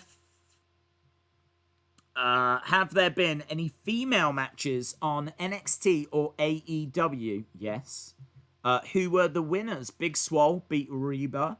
Tegan Nox beat Indy Hartwell. Dakota Kai beat Rhea Ripley. I think that was it. Get your scores in. Get your scores in. What did you think of both shows? What did you think of both shows? No one cares about AEW. I disagree. NXT 8, NXT 7.7, NXT 7.5, AEW 7.5, NXT 7.75. There was a brawl between Pat and Adam Cole. I think anything to do with that is trash. I think Pat McAfee doesn't belong anywhere near a ring. I think NXT shot themselves in the foot with that ending. I don't care. I think it's awful. I don't want nothing to do with it. I just don't think he's... All you're doing, I mean... Honestly, I turned around and Adam Cole is lying on the floor. One of the best wrestlers that they've got is lying on the floor because of an attack by Pat McAfee. So it's just awful. It's just awful. I don't want anything to do with it. So unfortunately for me, I mean, my take on it is that NXT was the better show tonight. I think NXT was better because that first match was absolutely incredible. I think Rhea Ripley and Dakota Kai stole the night. That was easily the best match of the night, Rhea Ripley and Dakota Kai. I think that Darby Allin and Jon Moxley just had a decent match at the end, though. I also think Undisputed Era Imperium was a decent match as well. So I do think there was a few matches sprinkled throughout this thing. I do think it was a very slow start for AEW tonight, though, and I think that they were kind of playing catch-up after that. I think that the Jericho segment was good, not great. I think that it was a good promo from Orange Cassidy, but it's not anything that's, you know, it's not on the same level as like Drew McIntyre, Randy Orton or anything like this. It did a job. So yeah, I kind of feel like AEW started slow, but they did get somewhere by the end. So just whilst I'm talking out loud, I'm going to say that AEW for me, I think this was a very average show. I do think that the main event was decent at the end, though, so I'm going to say that it was a 6.75. I think this is one of their weaker episodes, if I'm being honest. I think it was one of their weaker episodes. In regards to NXT, for me, at about the halfway point, they were at about 7.5, 7.75. I mean, honestly, straight away, I think I can pretty much near enough take a mark off for the ending. I hate it. I just don't want nothing to do with Pat McAfee. He should be nowhere near a wrestling ring. They don't need to do it. I don't think it's going to bring extra eyes to the product. I think it will get people talking. I mean, you can see the excitement that people had in the chat. I don't want nothing to do with it. I just think it's awful. But I do still think they did enough to pip AEW. So for me, I'm going to say it's a 7 out of 10 for... Oh, hang on. I'm going to say that it's a 7 out of 10 for NXT. Just pipping AEW at the end. And really, you can thank Dakota Kai for that. Dakota Kai and Rhea Ripley, I thought that their match was the difference maker. I think it's a very, very good match. And in fact, I would love to try and... I don't know when NXT goes onto the network, but I'd love to sit down and just watch that match in isolation. Because it was so hard hitting. It's really good stuff. Really good stuff. Credit as well to AEW. credit to the Matt Hardy promo. I thought the Matt Hardy promo was excellent. Matt Hardy saying that he is going to drop all of that other stuff and he's going to, just kind of be himself. He's got a lot to offer. I have to agree with that. I think that he brings such value to AEW. You've got a legend there, and they needed to strip away the silliness and really just he could be someone that really helps people. I mean, he will be such a big help to Private Party. He'll be a huge help to Private Party. So for me, AEW was not a disastrous show by any means. I think for that promo, I think a decent segment with Jericho and Orange Cassidy, a pretty strong main event as well. I always enjoy seeing Big Swole. Britt Baker as well, I think provides value. I think Trash in the Car was visually it was quite impressive, but they just kind of burned through these things so much. I wish they would just let things breathe a little bit more. But I suppose that's what happens when you're in a war. Do you know what I mean? Like, they're fighting, aren't they? This is their one show a week, really. I know you've got AEW Dark, but that's over on YouTube. So this is their one opportunity to, make statements. Whereas with WWE, they've got Raw, they've got SmackDown, they've got NXT, they've got other avenues. So, this is their one chance. So I get it. I just wish that it would be a little bit slower. Because I think if things could breathe a little bit more, I think it might be even more enjoyable. Do you know what I mean? Like, a prime example is Matt Hardy getting busted open. Well, the fact that we saw Matt Hardy busted open kind of took away from the fact that we saw Moxley busted open at the end. Like, we'd already seen blood. We saw blood earlier, so seeing Moxley getting busted had less of an impact. So this is what I'm saying. I wouldn't have done both the same week.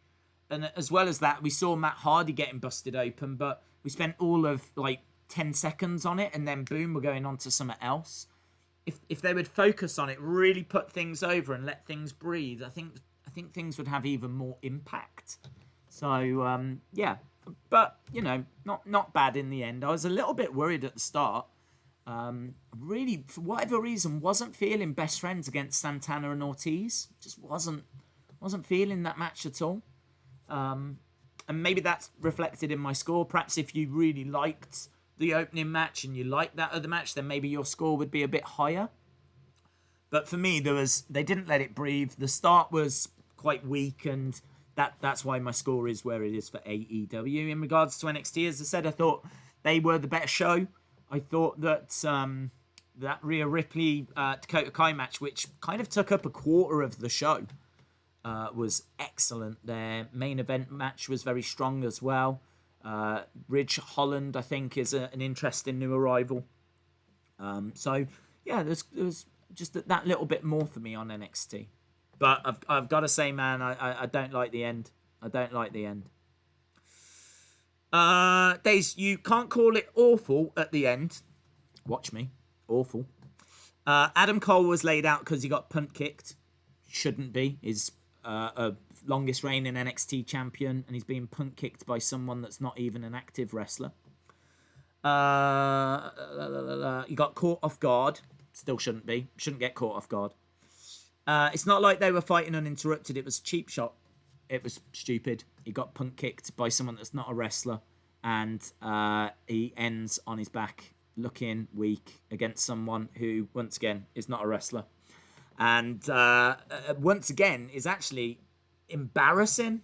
Pat is embarrassing. When I hear him talk, I cringe. He makes me cringe. He's a cringe machine. If you like him, if he's your kind of a person, then maybe you're into it, but it's embarrassing. NXT for me is embarrassing itself with this. I think that you could do that exact same thing with someone more credible, someone that would actually. I don't care to see the match. I've got no interest in the build, and seeing your longest reigning NXT champ jobbing out to someone that's not even on the roster is awful. It is trash. I'll stand by it. I'll keep saying it because I think it's embarrassing. And it's such a shame because NXT doesn't need to go that way. They've got so many stars that they could build. Do you know earlier we were saying about there'll be a lot of people that complain about Conor McGregor coming on board if WWE went and got CM Punk, or if WWE went and got Conor McGregor, there'd be people complaining that they were getting in the way of talent that could come through, right? But my counter argument to that would be Conor McGregor is one of the biggest sports stars in the world. He has got pay-per-view box office records. So to bring him in is definitely bringing eyes on the product. Same argument with CM Punk. CM Punk's one of the most recognized wrestlers in the world. He's gone and fought in UFC, and obviously it didn't go well, but he's still going to bring eyes on the product. Maybe I'm wrong on this, right? I don't think Pat McAfee's bringing eyes to the product. He must have that podcast must be huge. It just must be. It must be. He must be a massive name in America, and I just don't know about him. Because he's coming into this with no fight background.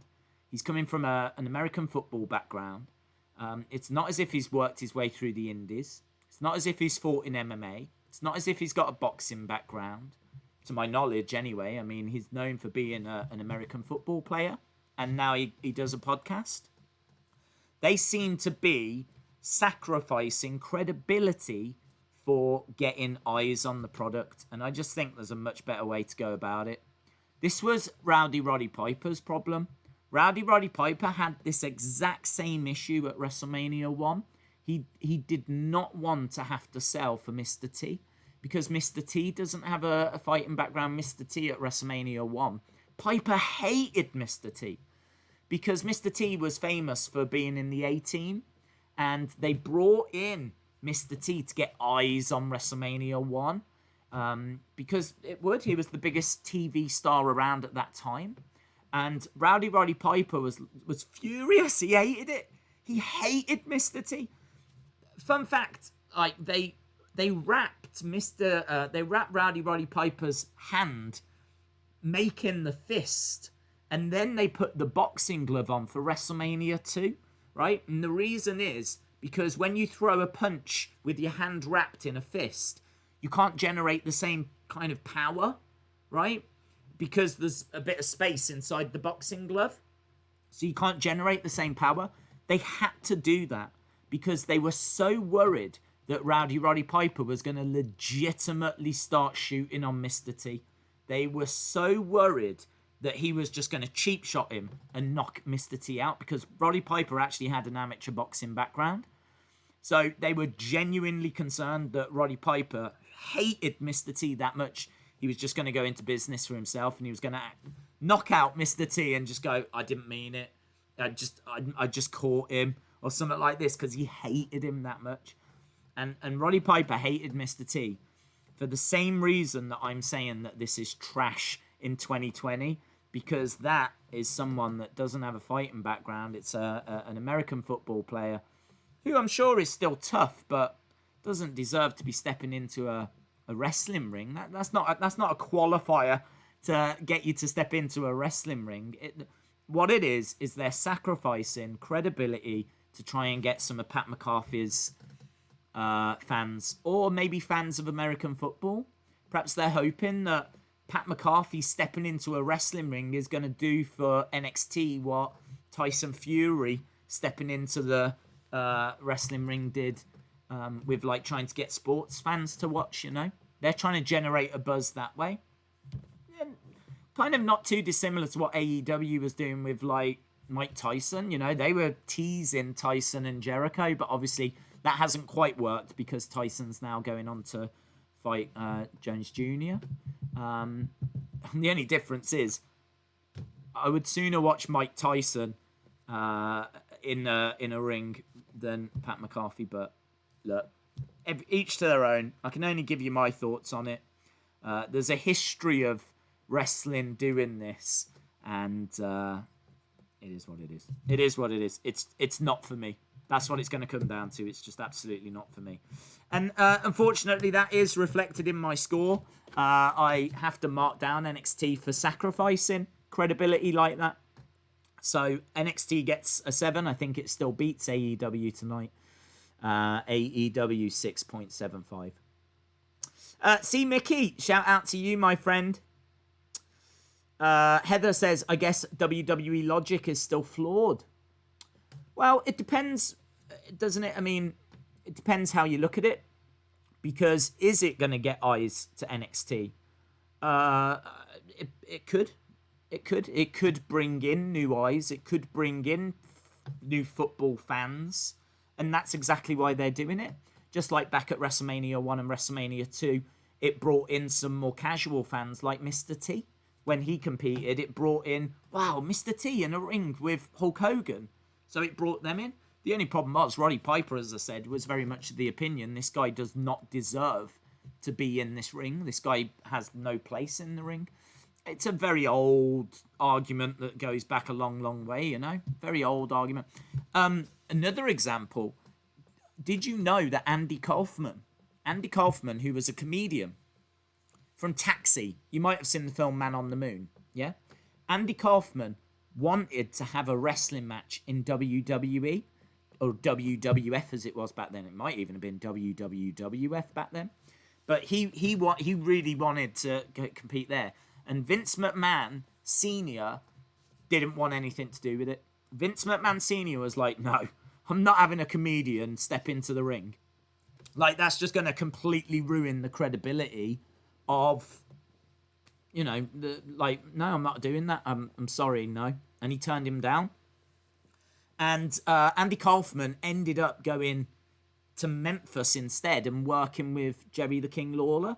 Now, what I will say is it worked because obviously they went onto late night TV and it generated a load of buzz, and it worked in the sense of it was a massive program and it did bring eyes to the product, right? Now, maybe I would have been against that back in the day. Maybe I would have been the same of like a comedian doesn't deserve to be. I mean, I'm not double standards. I just don't think unless you've got training that you should be stepping in there. And I'm sure Pat McAfee has been training, and I'm sure he's got a couple of months of training behind him. He might even have some kind of amateur background that I'm not aware of, but he's stepping in there with someone that I really believe could go on to main event WrestleMania. He's stepping in there with someone that's the longest reigning NXT champion. Maybe I could take it a little easier, a little bit better if it was like Pat McAfee against Elias or something, you know. But they're putting him in there with, and maybe they're having to put him in there with someone like Adam Cole because it's only Adam Cole that's going to be able to get a decent match out of this. I don't know. All I know is I don't like it. I don't like it. It's not for me. I hope it works for them. I hope it brings the eyes that they're hoping that it's going to bring, but it seems like a sacrifice to me. NXT is all about credibility. It's all about real in-ring wrestling. It's about Timothy Thatcher. It's about, do you know what I mean? So a really good, a really strong in-ring product, and we're seemingly going to sacrifice a little bit of that to bring in Pat McAfee. Don't like it. I mean, I was very outspoken about the whole Drake Maverick thing as well. I didn't like that. I still think that's one of the worst things of this year, Drake Maverick, and his whole contract thing. Drake Maverick was actually talking about that the other day. He was saying, you know, what was he meant to do? Do you know what I mean? He was fired. He was given an opportunity to come back. I don't really blame Drake Maverick for it. I think he was put in a very difficult situation. If it's true that he was fired, and then brought back and they said, look, we'll bring you back, but we are going to make it a story. It's hard to know. I mean, it's his dream to work for WWE. So can he really turn around and say, no, thank you, I'm going to walk away? That doesn't sound like something I want to do. I can't really criticize him for it. I just criticize NXT for it.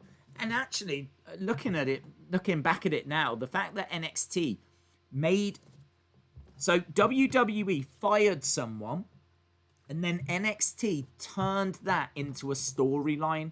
They turned it into a storyline where WWE fired someone, and now can that person earn their job back? It is so distasteful. It was an awful storyline. I hated it. Maybe I could have accepted it if Drake had been in a match where the loser loses their job, right? And it was maybe Drake's own doing as to why he got fired. Maybe I could accept it a little bit more. Maybe that's a pill that I could swallow a little easier, like Drake had cost himself his own job. But the fact that he was let go by Vince and by WWE, and then that same company is then turning his rehiring into a storyline, just strikes me as very distasteful. So it shouldn't surprise me that a company that will do that will also then sacrifice a little bit of its own credibility with this Pat McAfee storyline. So it's going to be people that agree. It's going to be people that disagree. Just telling you how I see it. I'm not a fan of it. Don't like it. It's not aimed at me. But there's enough on this show that is for me to still say that it just gets the nod this week. But I do think that AEW next week looks very interesting. They've got a whole tag team appreciation night lined up. So they're bringing in the Rock and Roll Express, which is really cool. Tully and Arn Anderson. So Brainbusters. That's really cool.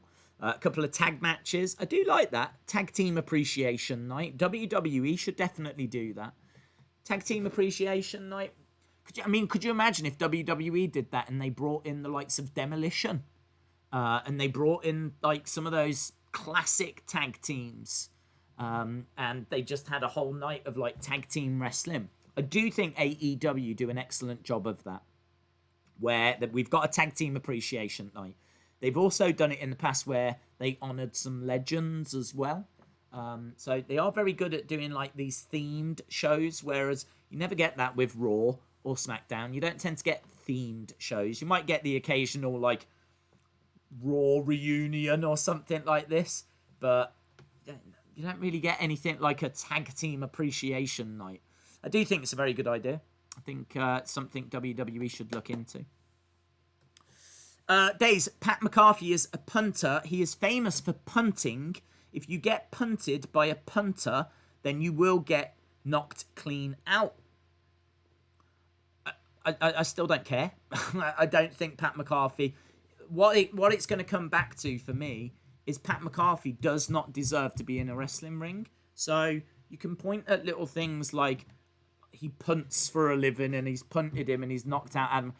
The optics still don't look great of Adam Cole lying down flat out.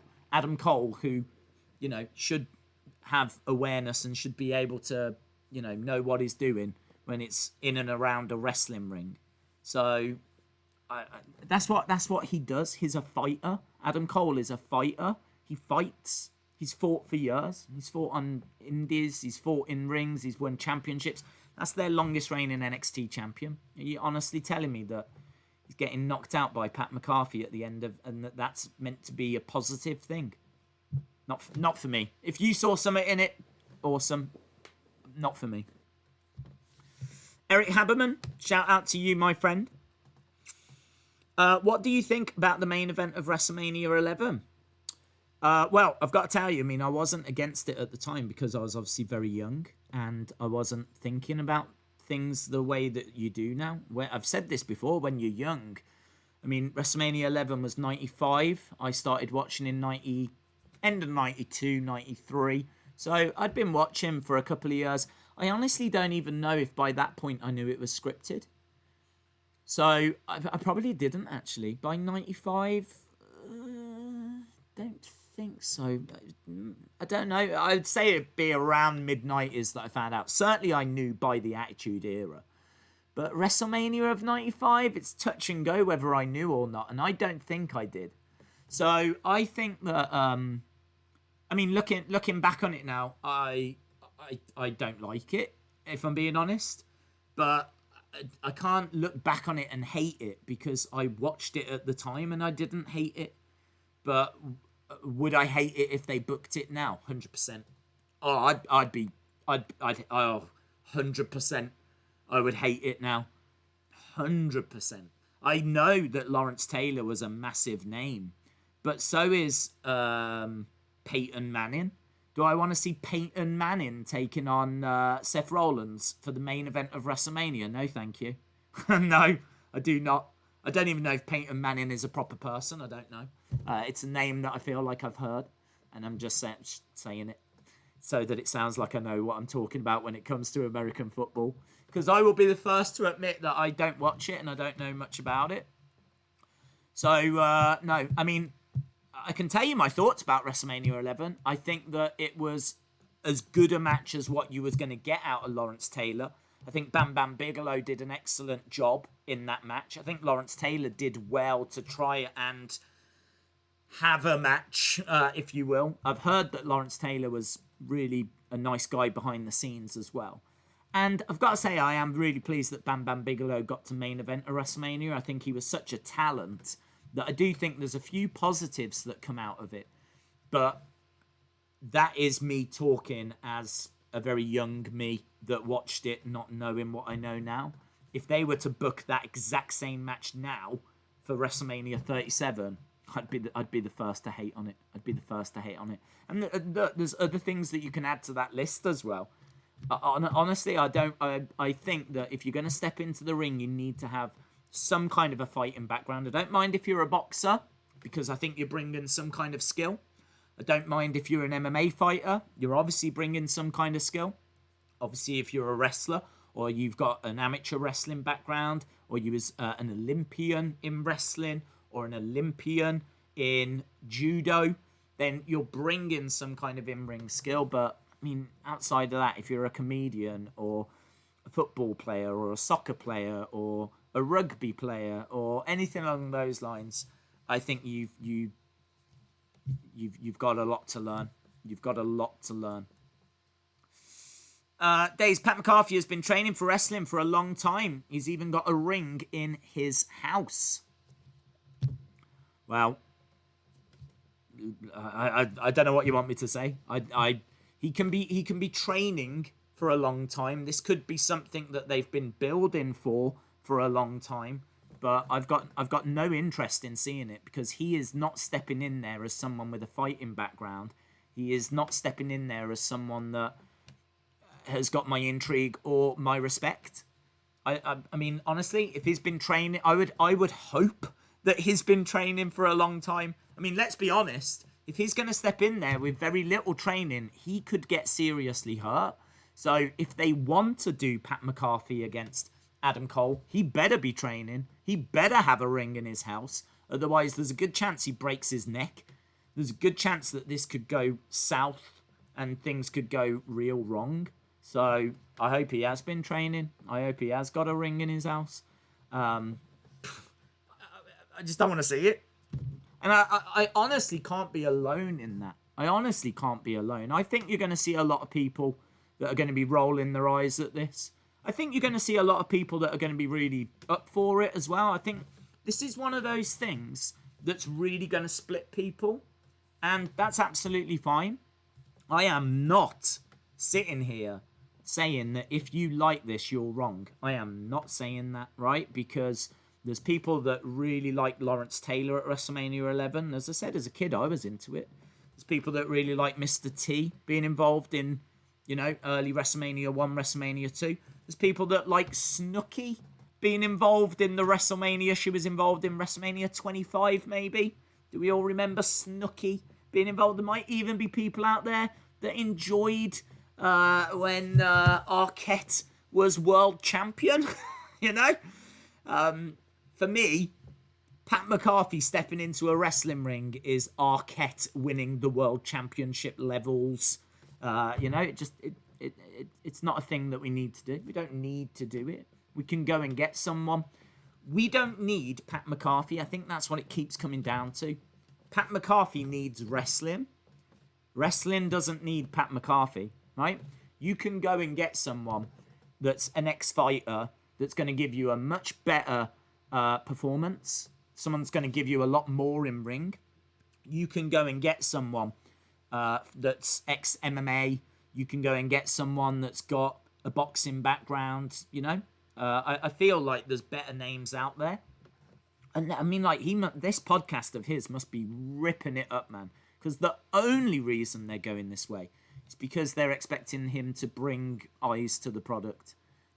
He must have been, I don't know nothing about him, but based on this story, he must have been a decent name, right? He must have achieved some things, right?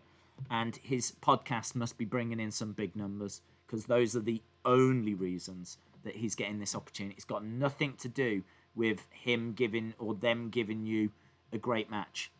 This has got nothing to do with your entertainment. This is all to do with them getting eyes on the product. And I just think that's disappointing. You know, I think there's much better options out there that I would rather they were exploring. But it's one of them, innit?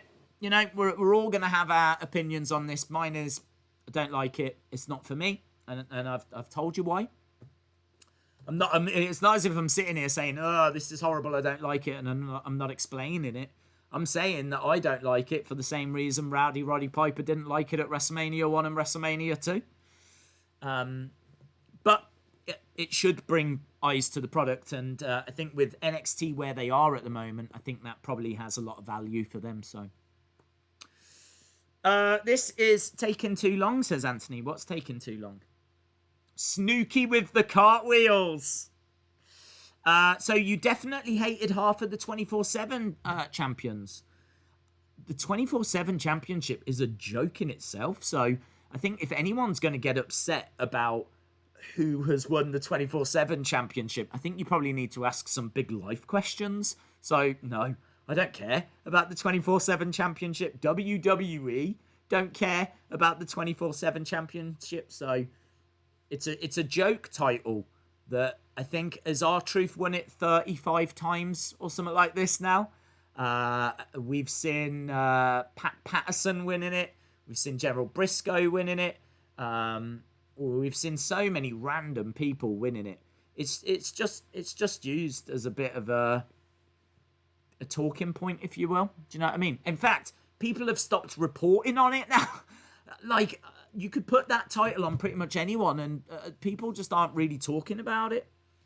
That would have been a less offensive way to have used Pat McAfee. You could have had it take over 30. You could have had the current 24/7 champ run in, have Pat McAfee pin them, and Pat McAfee could become the new 24/7 champ. The only thing is, what they're doing this way is they're actually generating the talking points going into TakeOver 30, which is why they're doing it this way. So this way they can get the ESPN, they can get SportsCenter, they can get all of these news outlets reporting on this story that, have you heard, Pat McAfee's having a match at NXT TakeOver. What is NXT TakeOver 30? Well, it's WWE, right? It's taking place on August, blah, blah, blah, blah, blah. He's taken on Adam Cole, who's like their longest reigning champion. And this is why they're doing it. They're trying to get all that talking point. And that's the whole purpose of it. Did you dislike Tino Sabatelli, not in ring terms, but coming from the NFL to WWE? No, I mean, I've got respect for him because he went to the Performance Center.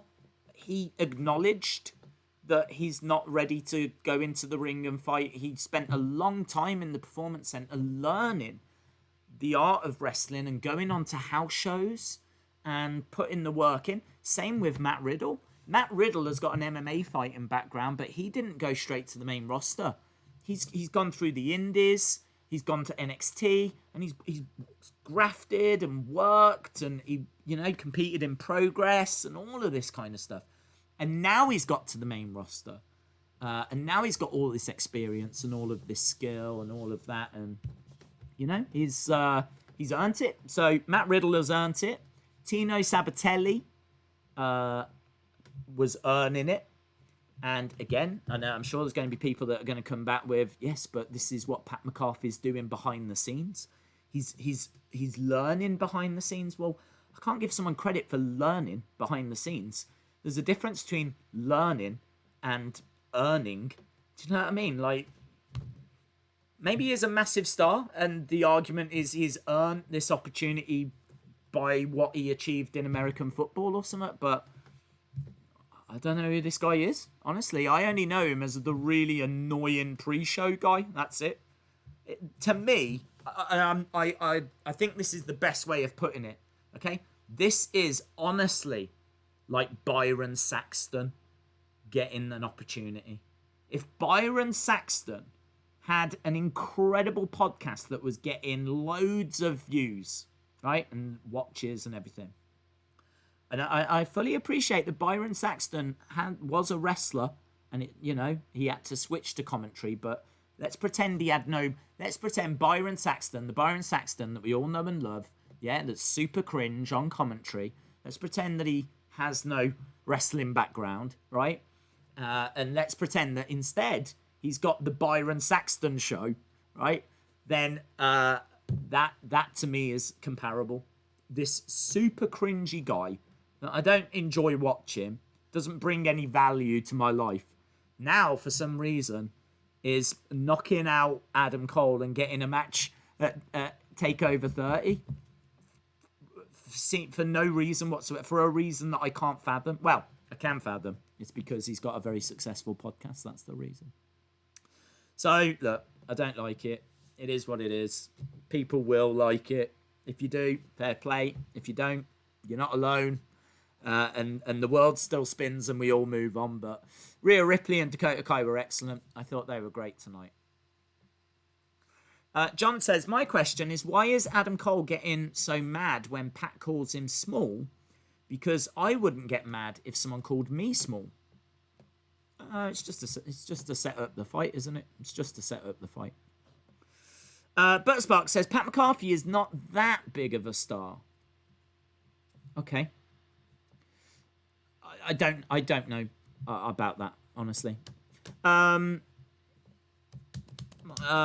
the short thing, I don't know. I think it's literally just to build it up, Why isn't Saxton wrestling? I don't know. He did used to compete in FCW, didn't he? And I don't know if it was like an injury that ruled him out, the same as Corey Graves. I mean, Corey Graves used to be a wrestler, but he obviously got told he can't compete anymore. I don't know what Corey's was either, but it was some injury that's ruled him out. So it's like commentaries where blooming wrestlers go when they can't compete, isn't it? So it's a bit of a shame to see Samoa Joe ended up there, although there was a few green shoots of hope from Raw this week that he might be able to return back to the ring, Samoa Joe. So we'll have to wait and see. Young Astro says, Days, whilst I disagree with you, I will say this. If Pat and Adam do fight, Adam had better squash Pat McAfee.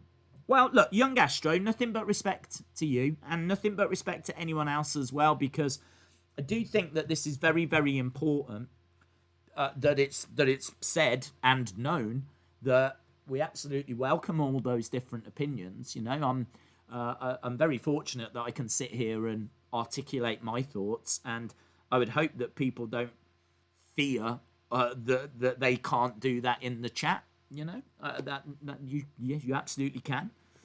If you feel different, then I absolutely welcome that different viewpoint. I'm going to argue against it, and I'm going to give you my opinions against it. I'm not going to sit here and agree out of politeness. I'm going to be honest. I'm going to tell you if I agree, and I'm going to tell you if I disagree. But I'll give you reasons why. And so, yeah, nothing but respect, man. We disagree, but it's in a respectful way, and I think that's really cool. Never forget, Jerry Lawler was a 140-time world champ. Days, Pat is meant to be a heel. Please just go into it with an open mind and see how it plays out. I mean, you know where I'm coming from. I don't think he belongs in the ring. Pat going in as a heel, I don't care if he goes in a heel, as a face, as an underdog, as a favourite, as a referee. I don't care. I just don't think he belongs in there. Days, who will be the mystery opponent in the triple threat next week? I've not heard any rumours on that, actually. Has anyone heard anything? We do need to wrap up. I am very aware that the insiders have started, and I'm not trying to step on their toes, but There's just when there's things to be said, they need to be said. So yeah, I've not heard. Sean says I wanted Sean to super kick Pat. Looks like Cole is going to go face to face against Postman Pat. Yeah, just to go back, as I said, I've not heard about who the mystery person is. No, I'm not expecting a big name. I think that it'll be probably someone from NXT that, like, it won't be Johnny. I'm trying to think if there's a big name that hasn't featured yet. And I can't think of one. Unless they're going to get Volta. But would Volta want to do it? Because he's already NXT UK champ. But Volta would be amazing. That would be a great little surprise. We expected to see him this week, and obviously he wasn't around. Someone actually earlier mentioned Pete Dunne. Someone mentioned Pete Dunne earlier. That would be insane. That would be great. That would be great. That's the kind of level I'm looking at. I'm not expecting a Kevin Owens or anything. I think you're looking at a Pete Dunne or a Volta or someone like that. From what I've seen, Pat was a clown in the NFL. Other than advanced wrestling, I feel that Pat has covered everything. Corey had too many concussions. Robin813 says, I think Pete Dunne will be in the triple threat. Days Alexa DM'd me and she said she was flattered that she was my celeb crush. Leah says Pat McAfee should never come back in WWE ever again after what he did to Adam Cole. I agree. Shall we just all end it there? Why? Let's do that.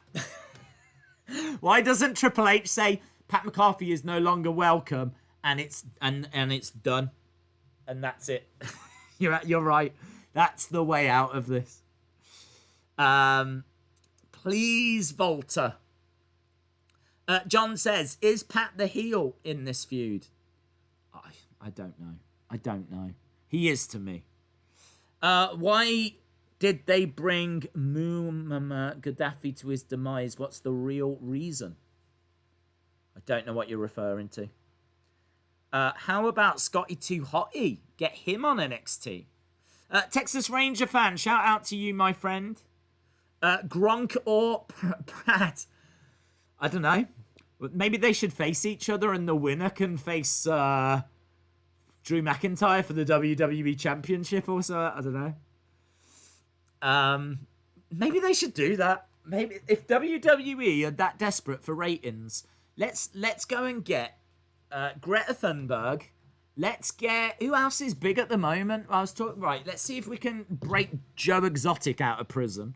We'll get Greta Thunberg, Joe Exotic. Who else is big at the moment? I'm trying to think who I've seen trending recently. Marty Jannetty. Let's get Marty Jannetty. You want ratings? There you go. There's your ratings. Forget Pat McAfee. Go and get Marty Jannetty. Marty Jannetty versus Adam Cole at TakeOver 30. That'll get eyes on the product. That'll get interest. That'll get people talking. A Panama Sunrise on Pat McAfee. Lady Gaga. Let's go and get Lady Gaga. You're right. Let's go and get Lady Gaga. J14.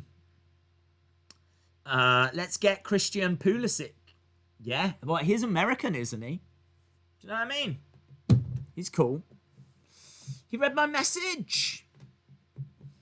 AOC. Oh, yeah. Alexandria Ocasio-Cortez. Is that her name? Yeah. AOC. Get AOC in there. In fact, you could have her against... Wasn't there a guy that was rude to her or something I read on Twitter?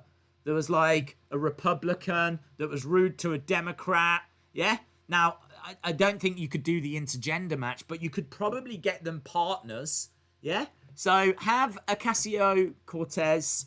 She could partner up with Keith Lee, right? And then you could have the Republican that was rude to her. He could partner up with, like, Rhea Ripley. And then, like, do you know what I mean? Boom! Ratings! Mad ratings! So, no, I'm just saying there's a better way forward here. Beyonce! Cardi B! Little bit of Cardi B! Ow! Yeah! Ow! I I do that really well, don't I? Yeah, okay. Yeah. She does all these noises, doesn't she? I'd sooner watch that for half an hour. Just Cardi B. Imagine Cardi B having a sit-down meeting with William Regal. You tell me that's not fire. You tell me that's not money. Okay. William Regal's just with his tea, sitting there, trying to make sense of it all. Brilliant. That's the way forward. That is definitely the way forward. Right, on that bombshell, I mean, I don't think there's any way that we can top that. So I think we are done, my friends. Thank you to everyone that joined us. Again, let me reiterate, if you like the Pat McAfee thing, all power to you, right? There's definitely an audience for it.